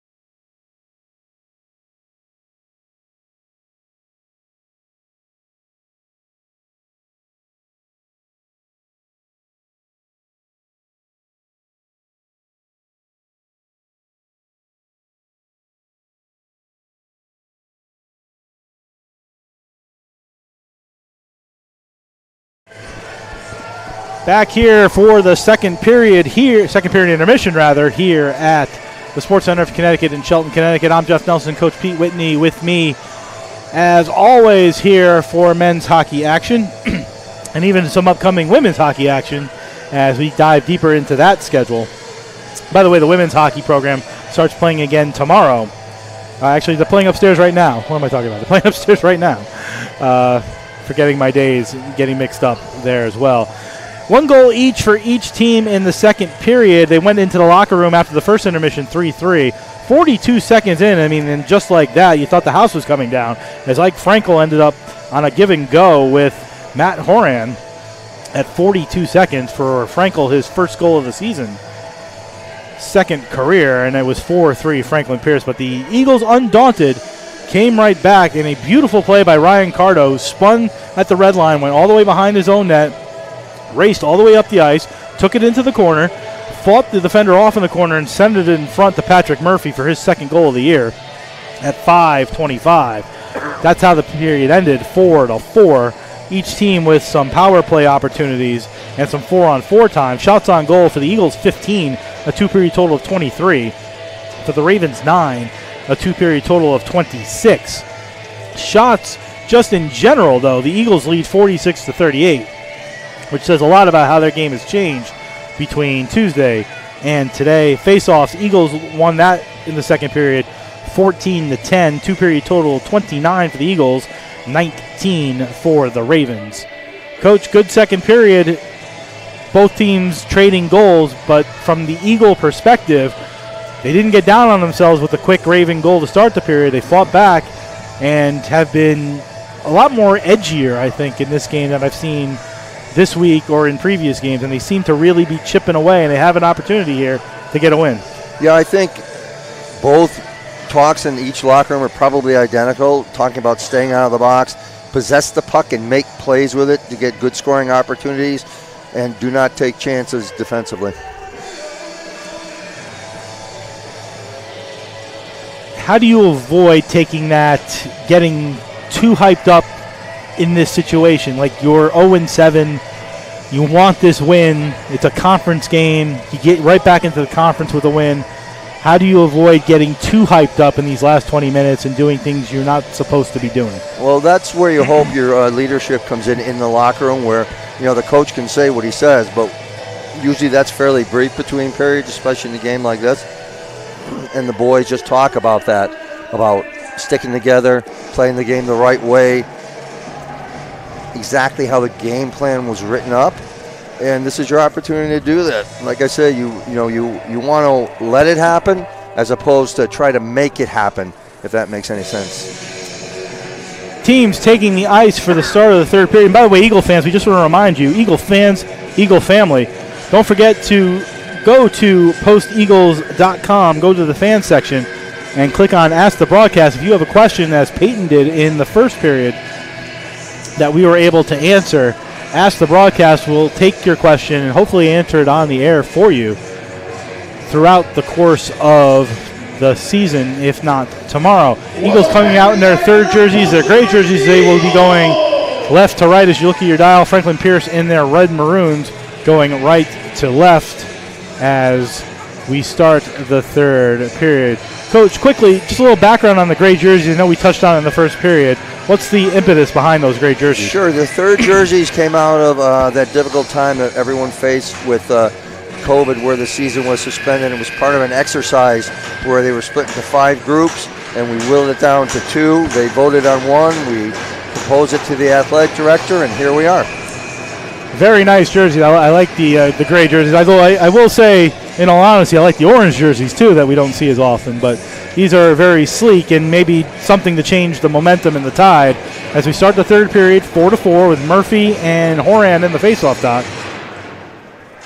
She was actually Sterling in the faceoff dot with Murphy, a couple of an 18 and a 28. And the puck comes free into the Eagle zone, chased by Brewer, who was just in the penalty box with Spinelli. Those two hit in the Zamboni corner.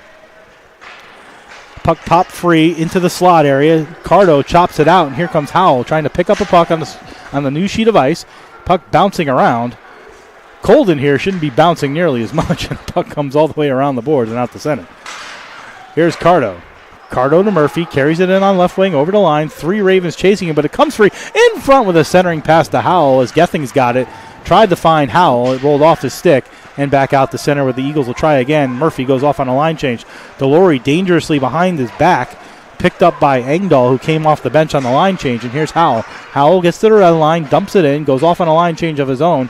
Norling chases it after, gets it on the half wall, loses it on the half wall, continues with it toward the corner. It comes free and then sent high up in the air off the short glass and then poked back into the Eagle zone with a minute gone in the third period. It's just the teams are feeling each other out. After playing 40 minutes, they don't know what to expect from each other, and they're just playing a little sloppy pitch and catch right now, Coach. Yeah, got to get the legs going, get back into a rhythm and a little bit of a flow here. Is it almost like I don't want to be the guy to make the mistake right now in the first minute, 10? Well, that's what it looks like, but you can't play that way, right? You got to play like it's 0-0. The game just started.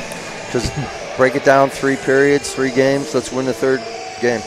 Engdahl and Rumsey to Zach Richards left. Richards didn't start the game, but he came on when it was 3-0, and now he is the goaltender of record. Puck toward the net by House, deflects high in the air into the near corner. Puck goes down behind the net to Tessier. He tried to spin a Rama out in front, and Rumsey will take it over in the Zamboni corner. He pinched it up the half wall, tries to get it back to his defense, but Norling stood in the way. Momentarily, Tessier comes back to get it. He sends it into the near corner, but O'Connell picks it up and sends a nice pass out the center to Engdahl. Engdahl gets to the line, backhands it, but it goes off the leg of Madsey and back out the center, and here come the Ravens. In over the line is Rumsey, sends it toward the net, gloved by Richards. 1:44 into the third period, 4-4. Yeah, that's a tough play going all the way across the ice like that. I'd like to see posts come up the ice together, a little closer support. Again, possessing that puck and making plays in that fashion. I mean, the dumping has been working as well. The dangerous pass at the blue line like that, just going to send the team the other way. Yep. Risk reward at this part of the game. Out comes Cardo, being chopped as he gets to center. Puck comes free off Cardo's stick, taken by Springer. Horan tried to keep it going. Puck comes free into the slot, taken by Horan and his number 7 that's flying off of his jersey. And out to center comes Aloy. Aloy avoids the hit. He keeps going around the defense of McGuire. Comes in, wrist shot, stopped by Connor right on.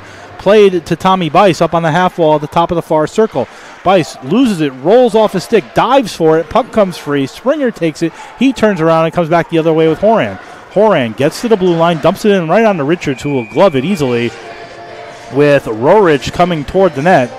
And good move there by Tommy Bice in setting up an opportunity. Shot right on at Connor stop, and Connor's been solid despite the 4 goals today.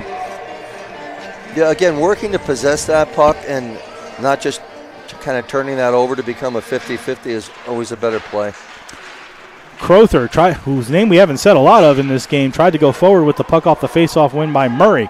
Puck comes over to the far side half wall to Pick, who goes behind the net to Jones. Jones tried to reverse it back to the point, but it was sticked off by Sturgeon, who's played well today as well, and Murray comes away with it. Murray now going behind his net, watched by Dobek, reverses the flow to Delory in the near side corner. He goes high in the air and gets it to center past Pekka. And back comes Jones for the Ravens. Jones sends it into the zone. Sturgeon goes after it again with a nice strong cross-ice pass to Crowther. He goes high up in the air, gloved by Murray, looking for Pekka. Not going to be an icing. It was on the right side of the red line, but Peyton Jones ends up with the puck in the Raven zone, and out comes Dobek. Dobek with a head of steam, then stopped on a dime. He carried it into the zone. Pekka then dangerously tried to go through 3 players in the slot area, lost it, and now a long pass for Crowther too far. That's going to lead to an icing. With 3:16 gone in the third period, 4-4 the score. Don't forget to join us tomorrow, 1 p.m. for the game 2 of this 2-game set here in Shelton. Puck drop 1 o'clock, pregame 12:45 on the NE10 Now Network and youtube.com/GoPostEagles. Yeah, those are plays we don't want. We don't want those unforced errors, those icings that aren't really necessary. Murphy lost that draw cleanly to Sterling. Sterling sends it through the slot area into the corner, gloved down momentarily by House, and then played out to center by the Eagles, who sent a bouncing short hop into Richards, who played it with a stick to O'Connell. Eagles come out now with Murphy. Murphy at center. He's in over the line. He's got Craig with him. Feeds it to Craig. Takes a long shot that goes wide past the stick of Connor, all the way around to the far side half wall, where six players fight for it. Howell in there with his stick. He's trying to get it. Howell comes free with it. Gives to Cardo. Cardo with time and space toward the net.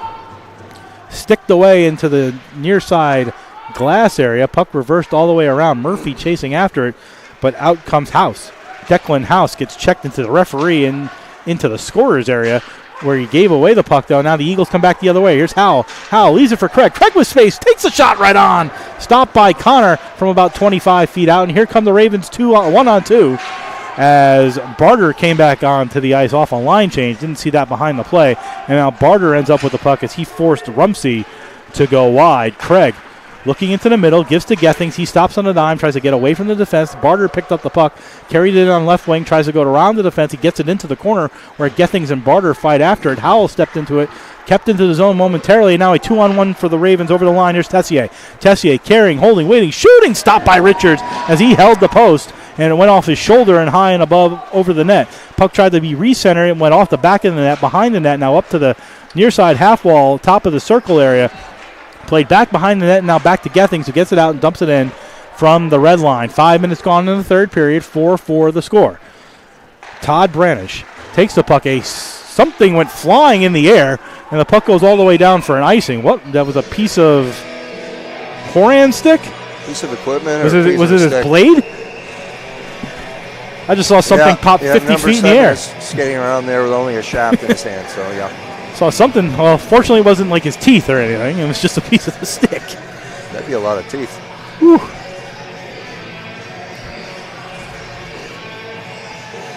Well, I remember there was an NHL player, and I don't remember who it is, who wore his teeth during a game, which you never do, and they went flying out in the middle of the ice. Yeah, you can't be doing that. Delory, cross-ice to Sturgeon, sends it around the boards. Goalie looking for an icing. Nobody was calling it. Sturgeon was on this side of the red line. Probably should have been an icing. Norling, wearing 37 today, trying to go forward with it, had it chopped off his stick into the near side corner, sent up high off the glass, gloved by Rorich, looking for Springer. They got poked away and sent back to center where Christo has it. Christo gives a pass to Horan. Horan carrying it in, had it chipped away by McQuegan back to center, and then back to Christo. Christo looking for Rorich. He gets it to Rorich. Carrying it in over the line, 1-on-3 though. Nicely done by Craig to stop it, but sent it too far and all the way down. It's going to be an icing and a face-off in the Eagle zone with 5:51 gone in the third period. Still tied at 4. Yeah, those are the ones that are a little suspect to me because there was no effort to play that puck as you would just watch it go by him. So I'm always curious on that one why that rule is such that there's no. I always felt that there should be an effort by the player to play the puck. Engdahl and Dobek in the face-off to Richards' left. Won by Engdahl to Craig. Craig behind his back to O'Connell. Back to Craig. Craig, long pass, cross the ice, looking for Norling. A little too far, not going to get to the red line. Nice hit by Norling to take down House, who is face down.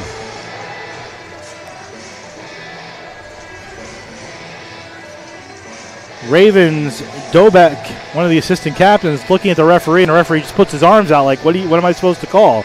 Nothing illegal happened. At 6:06 gone in the third period, House down on his stomach. Seemed innocent enough. It didn't seem like anything, maybe just hit the body wrong or something like that, but no penalty. Now the officials are all talking about it, but it was all right in front of us. Yeah, I mean, that's due diligence, right? When there's a player down like that, they just want to have their discussion to see if anyone saw anything, for sure. I mean, I guess the only thing they could be thinking is, and wouldn't be something we could see from here, is whether he got speared, but it didn't look like that from this angle. No, like I said, they're bringing in, the linesman to ask if in fact they saw anything, and now they're discussing with the Franklin Pierce, one of the captains. So House, the sophomore get out him of off. He looks okay, and Yep. hopefully he is, and he can keep going. House, okay. the sophomore out of Roselle Park, New Jersey, able to get off on his own power and skate back to the bench. Cody Rumsey, the captain, talking to 3 of the officials, but there isn't going to be a penalty call, and the faceoff is going to be in the Raven zone. Again, from this angle, nothing seemed out of the ordinary, and glad House was able to skate off on his own power, and good that the officials didn't have a call there. Murphy and Dobek in the faceoff dot to Connor's right. Won by Murphy, but sent deep into the corner where Murphy centered it in front. Rebound. Gethings had an opportunity. The puck squirts free and went wide and all the way around and down the ice as the Ravens sent it. I don't know if it'll get to the icing line. It does not. On fresh ice, it died right before the goal line, and Cardo had to go back and get it, but a good opportunity by the Eagles right off that faceoff. Here's Brewer with some speed, gets to center, carries it in over the line. Brewer dumped it in, he stopped with it, dumped it in, goes back to his point position, now Gethings. Gethings to Howell, sends it in front to Gethings, who had an opportunity to roll off a stick, and here comes Pick for the Ravens. 2-on-2. Pick over the line, wrist shot blockered behind into the netting by an aggressive Zach Richards. And a face-off in the Eagle zone.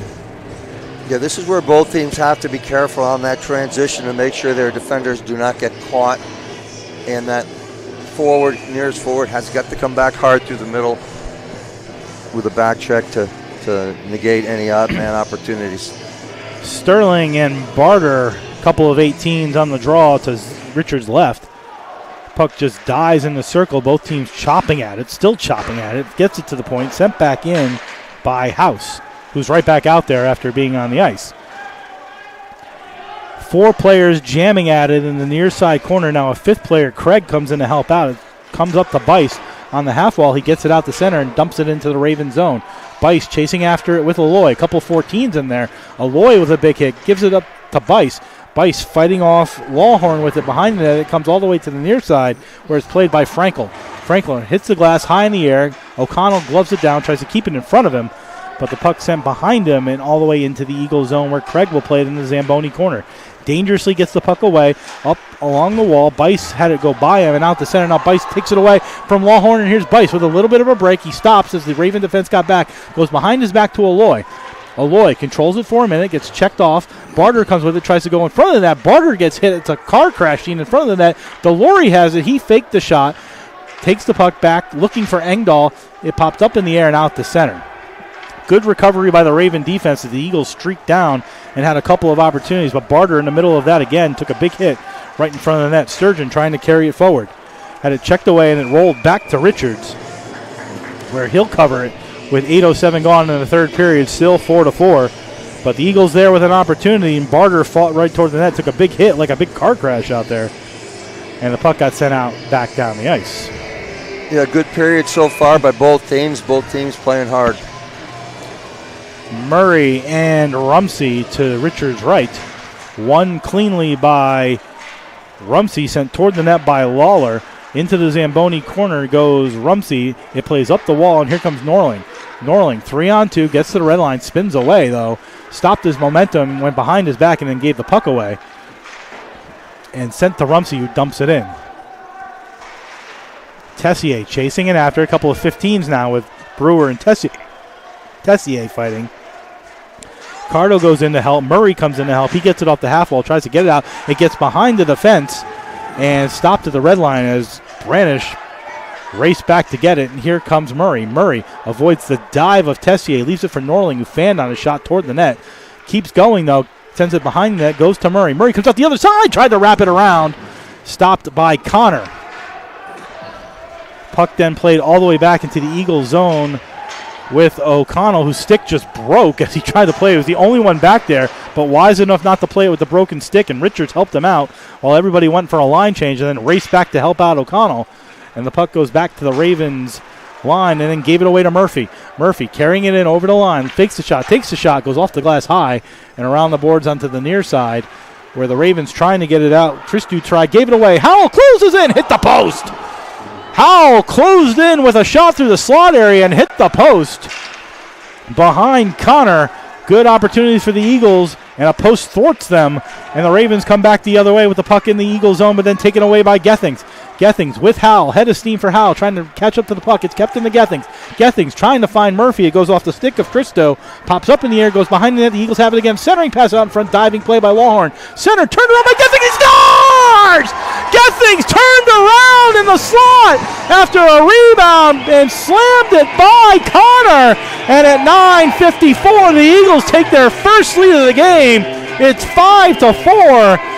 Oh, what a great play by this line. And Gethings and Howell and Murphy have played really well. And Gethings is second of the season, Coach, to make it 5-4. You get three of tonight's goals right by that line. At 9:54, Gethings, his second of the season from Murphy and Howell. And they're right back in again. Barter plays it on right wing, closing toward the net, centered it out in front, takes a nice little one-handed backhand, keeps it. Cardo toward the net, deflected right on, stopped by Connor.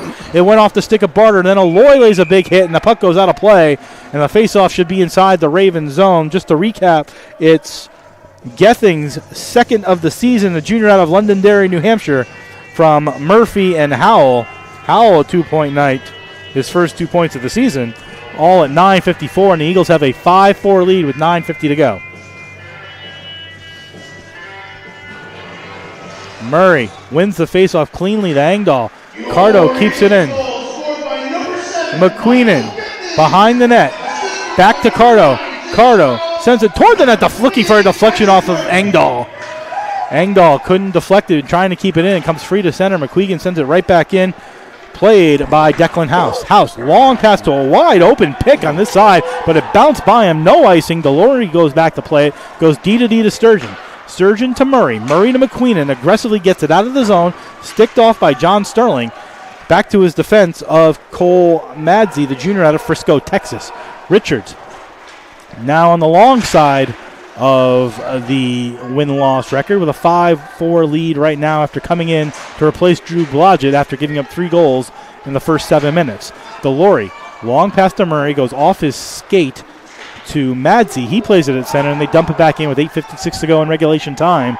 5-4 Eagles. Delory to Sturgeon, goes all the way around the other side to Gethings, the most recent goal scorer, his second of the season.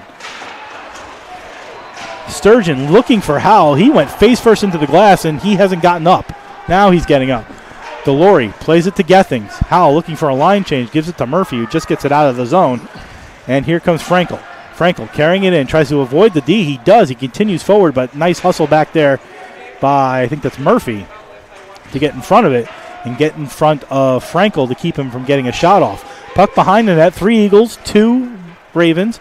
Comes free to the Zamboni side of the net. Now back to the point to Dobek. That's Lawhorn, 22, not 27.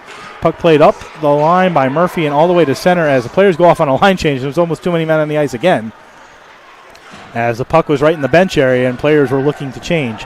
8 minutes even to go in the third period. 5-4 Eagles. Branish feeds a pass to Rumsey. Rumsey can't get around the defense of Aloy. Back to the defense of Cameron Lawhorn, back in the Raven zone. Lawhorn up the middle dangerously, but the only one there were Eagles, and they tipped it into their own zone. Cardo gets to the puck first, ripped it up the far side boards to Aloy out of the zone. He sends it back in momentarily to Howell. Howell carrying it in the center. He's up over the line, goes behind his back, but the only one there was the Ravens' Tessier, and he comes back the other way. Tessier, low roller, then takes a flyer as he gets dumped. And then the puck squirts back to center. McGuire up to Tessier. He takes a hit from Barter and goes down. Barter was making sure he went down on that hit. Plays it at center, tries to look for Bice. Lost it, and back comes Tessier. Tessier, top of the near circle, sends it toward the net through a maze of legs and bodies. And a nice save by Richards, who was able to see it. And again, Richards getting in there, stopping the Eagles from taking a bad penalty or a needless roughing penalty.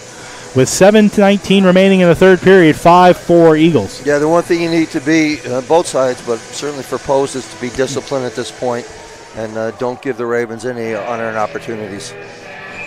Face off to Richards' left. Matthew Horan out there and Connor Murray for the Eagles. One cleanly by Horan, back to Lawhorn, whose stick just snapped in half. And then a rebound, which made it even more dangerous to Rorich, as the stick snapped in half and he couldn't, and the puck ended up in the slot where Rorich took a shot from about 30 feet out, high and wide. Ravens get the puck again. They're going to make a big push. Here's Rorich over the line. Rorich centers it looking for the legs of Branish. Had it roll away, then a recenter taken by Engdahl, and here come the Eagles 2-on-3. Engdahl with some speed looking for Norling, had it roll off his stick back into the Eagles zone. Norling trying to get it out, can't do it, but Murray had it bounce off his leg. He tries to chop it out and finally gets it to center, where the Ravens' Branish has the puck. Branish spins away from the check of Norling, goes back into his own zone, goes D to Christou, being watched by Engdahl.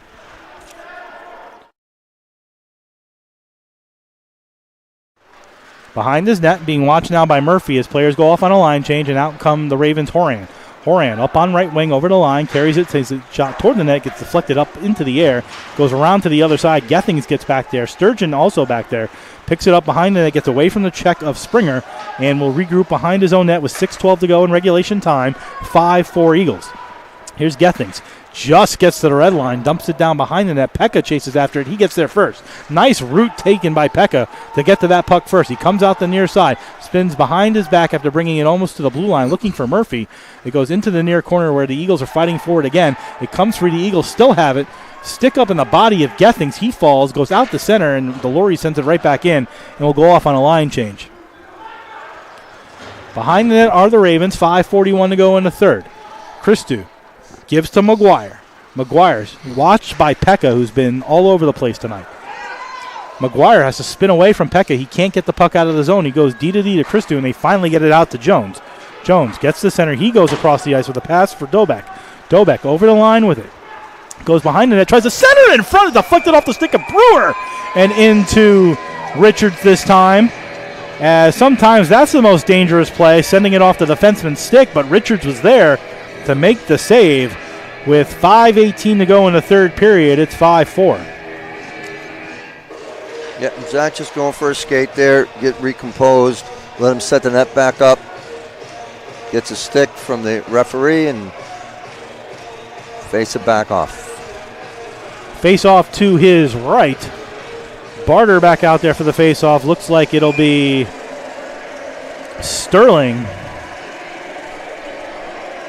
in the draw for the Ravens. A couple of 18s again.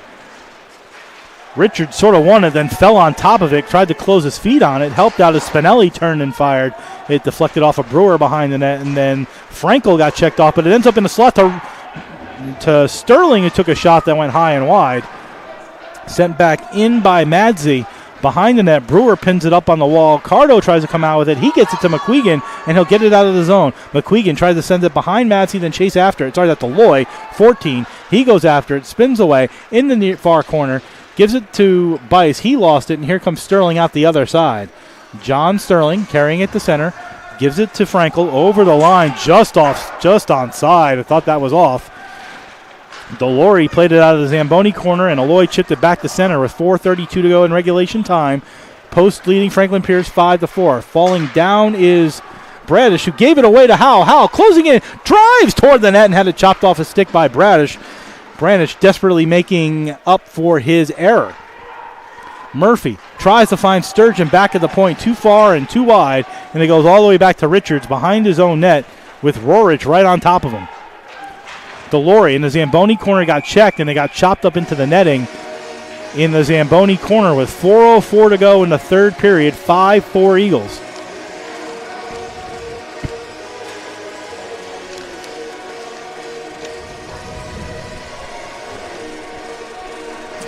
Officials trying to figure out where the face-off is going to be, who that puck went off, because it wasn't a shot, it was just a deflection. They're going to take it outside the Eagle zone, where Murray and Dobek will fight for it. Excuse me, at 7, Horan will fight for it in the face-off dot. Lawhorn spinning away from Engdahl, feeds a nice pass to Springer. Springer tries to get it in, but then gives it away to Engdahl, who sends it right back into the Raven zone, where Connor will play it behind his net to Lawhorn. Lawhorn spinning away from the check of Murray. He's a pass out to Rorich, rolled off his stick to Brewer in the Eagle zone, and he'll send it back to center. Right back into the Eagle zone did Branish, and now Cardo comes out on left wing, gets to the red line, tried to chip it in. It fanned on it, but it ended up on McQuegan's stick in the far side corner. He tries to go behind the net and center it. He picks it up on the near side, though, and continues back to Murray, who's playing right point. Murray dumps it in to Engdahl, looking back for McQuegan. McQuegan goes behind the net again, lays a heavy hit on Horan, but he was able to get it up to Springer. And not out as Murray, playing the left point this time, kept it in momentarily. Here's Branish over the line, looking to center it in front to Rorich, chipped behind the net. Behind Richards, who dropped his stick. Fortunately, no shot coming. And out to center. Engdahl trying to get around McGuire, couldn't do it, had the puck taken away by Springer, and now to Horan. Horan in over the line. He gets taken down, looking for a call, no penalty, and played out to center. Barter out there. Has to be careful. House gloved it down, gives it to Delory. Looks high corner. Missed it high and wide. He went short side, went high and wide with it. Now trying to get back into the play. Over the line comes Dobek. 2:30 to go in the third. Centered it out in front. Wide open backhand. Stopped right on as Pick was wide open. And then a car crash in the near side corner with 4 players falling. McGuire to House. House toward the net looking for a wrist shot. It popped up in the air after going off Jones. Eagles trying to get it out, and they finally do. Here's Aloy. Aloy to center. Over the line. Continues forward. Gets checked off. Lost the puck. And back come the Ravens. Here's Pick.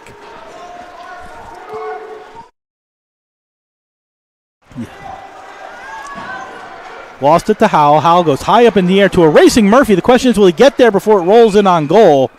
He doesn't, as Connor gets there first with 1:49 to go in the third. 5-4 Eagles. And looking for a timeout soon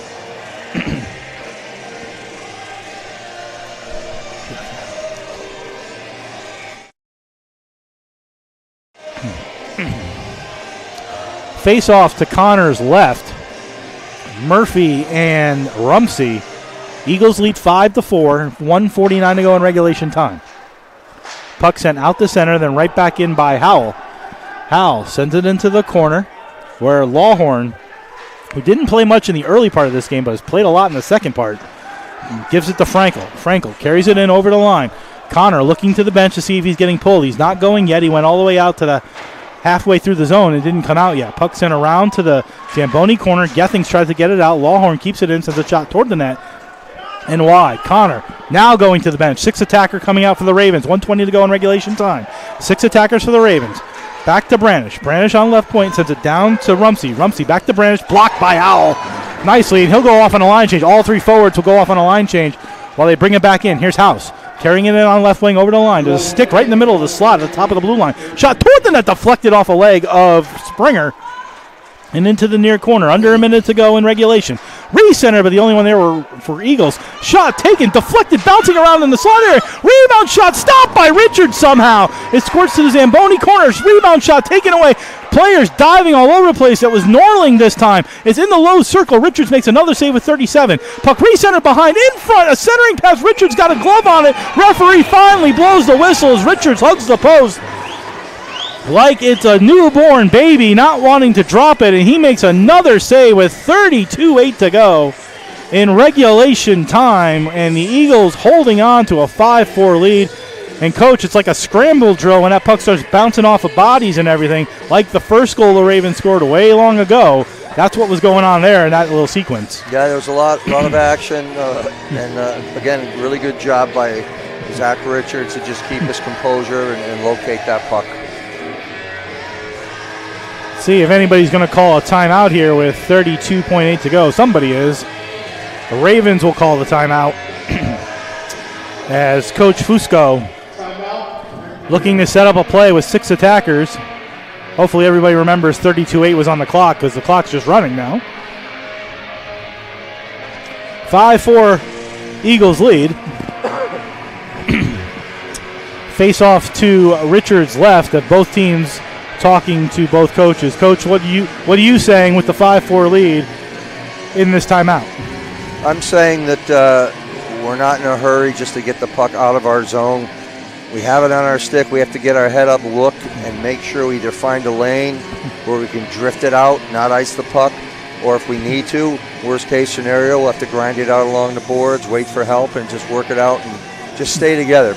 Make everything together. Don't have one person try to do everything.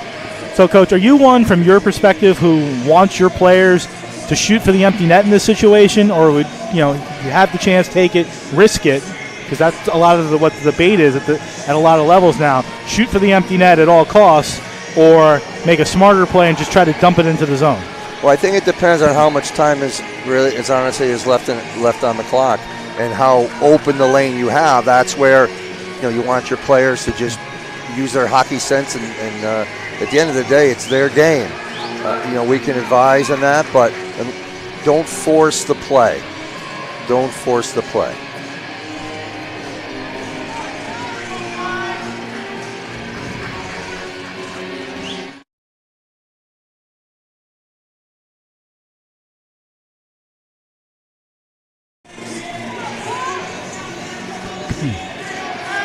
I don't know how the clock went from 32-8 to 34-7. Daylight savings? I don't know why the clock moved. Shot taken toward the net, sticked away on the Brandon shot, sent back to the point where Horan's playing. He gives it to House. He tries to send it toward the net. It bounces off a leg again. Lots of players just in the slot area, so the puck's just bouncing all in front. Howell gets to the puck, tries to get it out. He does, just off of House's stick. Back to center. Murphy checks off House, sends it down around the boards behind the net, goes off the dasher all the way to the Zamboni corner with 10. Brewer just happily will pin it there if he can. It squirts free to Gethings in the Zamboni corner. 4 seconds remaining in regulation. Brandish with one last opportunity. Sends it toward the net. Blocked. The Eagles win. Eagles win. Finally off the board there. Brewer taking one last slap at Dobeck. And the Eagles break the 8-game winless streak to start the season. They get their first win of the season in regulation time. A conference win, no less. The final score, Post 5, Eagles 4. The lone goal of the third period, and what ends up being the game-winning goal, Michael Gethings, his second of the season, from Murphy and Howell at 9:54. That's the game-winning goal. And good job by the Eagles to get the first win, Coach. Yeah, it really was. I mean, it's one of those games where, especially as a coach, you're relieved, you're happy, but you're not satisfied yet, right? Because you got the rest of the weekend. So we're going to enjoy that. Look at what precipitated that 3-0 lead early that got you down. Talk about it, but the resilience of the team, you got to be thrilled with that as a coaching staff, and you should be proud of that as a group of players. Shots on goal in the third period for the Eagles, 9, a three-period total of 32. For Franklin Pierce, 6, a three-period total of 32. So 32-32 on the shots after a 17-8 first period by Franklin Pierce. Faceoffs were 8-6 in favor of Franklin Pierce in the third period. Three-period total for the Eagles, 35. Three-period total of 27 for the Ravens. Coach, let's roll right into the 3 stars. Those are brought to you by Post University, ranked by U.S. News and World Report as having the best online graduate business programs and best online veterans graduate business programs for 2023. For you, Post is personal. For more information on all of Post's degree programs, to visit campus or to apply, go to post.edu. That's post.edu. Coach, the 3 stars. 3 stars. First star with the game-winning goal, Michael Gethings. Second star with coming in off the bench and stemming the tide and making the saves when he had to, Zach Richards. And my third star with the tying goal, Patrick Murphy. Veterans today leading the way, showing the way. So that's a good sign for Post. And, like I say, enjoy it and then get right back at it tomorrow. A couple honorable mentions for me, Coach. For Franklin Pierce, John Sterling had a very robust game, freshman out of Centerville, Virginia, for Franklin Pierce. I thought he was a little bit all over the place today and in a good way. Mateo Pekka for the Eagles doesn't always get a ton of ice time, but was very noticeable killing penalties, a couple of shorthanded opportunities, a couple of just forcing Franklin Pierce to run around their own zone because he was just chasing people all the way around. I thought that was pretty impressive as well. And then just because I say the name and, it seems like magic appears, Connor Barter didn't take any bad penalties, created a lot of chaos, and when they were down 3-0, it was his shift, his hits in the zone of the Ravens that started everything. I don't want to say disappeared a little bit in the third period, but was noticeable in the first and the second periods and really changed the play. Yeah, and I really think what you're talking about is a team effort. And as far as very much so, I can keep naming people. I think Brewer too. Brewer was there too. Howell as well. And I really think that's one of those situations. Excuse me, where you talk about like with Connor Barter there. I'm sure that was purposeful on his part. Is he saying, you know what? I just got to be really careful and play tough, but also play smart. And so I think that's what he did, and that was his best way to contribute in that third period. And at the end of the day, it's a post-victory. That's what you're looking for. And apparently we might actually get Connor Barter out here to do a quick little interview with him. Oh, wow. So really changing up the script of what we do here. Yeah, that's nice. So we're going to hang on live here for just a minute. We'll give you a recap of what went on during the game today. As we mentioned, Eagles down 3-0. Before you really could sit in and get comfortable, and it looked like another one of those days as 3 straight goals by Franklin Pierce, Tyson Springer at 4 minutes from Horan and House started the scoring. 52 seconds later, Trevor Lawler, his 4th of the season from Douglas McGuire, made it 2-0. And then at 7:43 on a power play, 2 seconds left on that power play, by the way, a goal by Peyton Jones from Rumsey and Pick at 7:43 for Jones, his 2nd of the season. And then like a switch going off, the Eagles turned it right back around at 12:45. Brewer on the power play, Nick Brewer, that is, gets his 3rd of the season, 2nd in 2 games, as he picked up a loose puck, went to the slot, took a wrist shot, got it past Connor, and the floodgates opened a little bit. Howell got his first goal of the season from Gethings and Murphy at 15:25 to make it 3-2, and then 29 seconds later, Tommy Bice took a centering pass from Connor Barter and a second assist to Jake Alloy at 15:54. That tied the game at 3, and that's how the first period ended. Shots on goal in the first period, 17-8 for Franklin Pierce. They came out of the intermission, and Franklin Pierce pocketed one right away. It was Ike Frankel, the sophomore out of Raleigh, North Carolina, with his first goal of the season from Matt Horan at 42 seconds.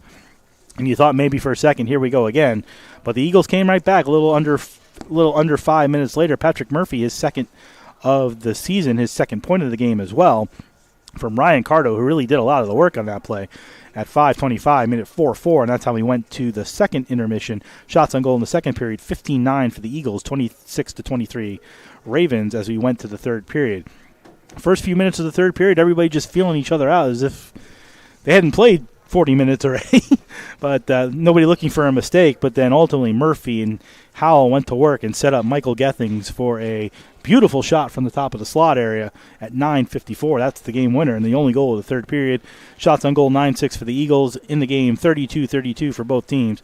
Coach, it was a good game, and hopefully one the Eagles can build on because these two are going right at it in 15 hours or so. Yeah, as we talked about before the game, when you're in that situation and you're working to get your first win, it's not going to be an easy win, and that one certainly wasn't. But to their credit, they're able to grind it out and get it. And I think this is going to be quite a rivalry this season because they've already played Pierce once in a tournament, so they'll play each other at least 5 times. And depending upon what happens when you get to the playoffs, so tomorrow should be quite a game. I mean, depending what happens in the other games, which haven't even started yet, there are real implications that the Eagles have an opportunity to move up the ladder a little bit here with that win. I think they can get to 5th place straight up if Southern New Hampshire loses, but they're right back into the competition again with that win, and if somehow they can get another one tomorrow, they're going to be... Yeah, if they can get on a roll here, there's no question. Coach, can we give Connor your headset? We have enough stake to get it down there, or he can climb the stairs. We're going to have Connor Barter join us here in the broadcast center. On your head and you're talking to that part. Connor, thanks for joining us. Good to see you. Thanks for joining us, Connor. Good to have you back in the lineup. Talk to me about coming back into the lineup, really turning the tide down 3-0 with some good hits right after that third goal and really changing momentum. Yeah, getting back out there, it was kind of hard at first. We're looking for a win, trying to just get set out there, and I just tried to get back to working what worked for us. We stuck to the fundamentals, and it ended up working for us. What was said sort of in that first 7 minutes versus those last 10 minutes? Because everything sort of turned. 3-0 was kind of like, is this going to be, here we go again. Zach comes in to replace Drew. Then all of a sudden you guys pop 3 goals in 3 minutes and 9 seconds. Right. When they scored the first one, we said, we're not out of this. They scored the second one, we're not out of this. It's just staying up, staying positive, Once we scored the first one, it was just kind of felt natural. We just scored the next one, staying in the game, just playing hockey. Going into that third period, 4-4, guys were kind of feeling each other out again as if you guys hadn't played for the first 40 minutes, right? Right. Nobody wants to make a mistake, and then Patrick goes to work, gets the centering pass to Michael. What's the feeling on the bench when you finally get that lead after trailing all day or being tied? You finally get that lead. Now you've got to play 10 minutes to win the game. We're on the bench saying it's coming. You can feel it, the momentum swinging, the bench is getting a little more riled up. And then it finally happens. You score the goal, the bench gets right up. We're ready to score the next one. My line got out there for the next shift, and we said right away, let's go get the next one. Let's get some insurance here. So now 15 to 16 hours from now, you guys are going to play again right here, 1 o'clock, NE10 Now Network, 12:45 pregame. What do you do now over these next 16 hours? One, what are you going to do over these next 16 hours? And then how do you get yourself back up for another game against the same team that you just battled literally 60 minutes for? We'll get back to campus and get some food in us, get some energy back, get some rest, and then we'll come back ready to win tomorrow. There's a good 3 more points on the table for the taking. We stick to the hard work, the effort, and we're going to get it. Can you tell us what Coach told you after the game today? Anything non-4-letter variety? It's the next man up mentality. It's everybody in that room. It's going to take everyone. Everyone's pulling the rope the same way. We're just sticking together, working together as a team, working together as a unit, and we're going to find wins. Perfect. Coach, do you have any questions? I know we don't have you on mic. Do you have any questions for Connor?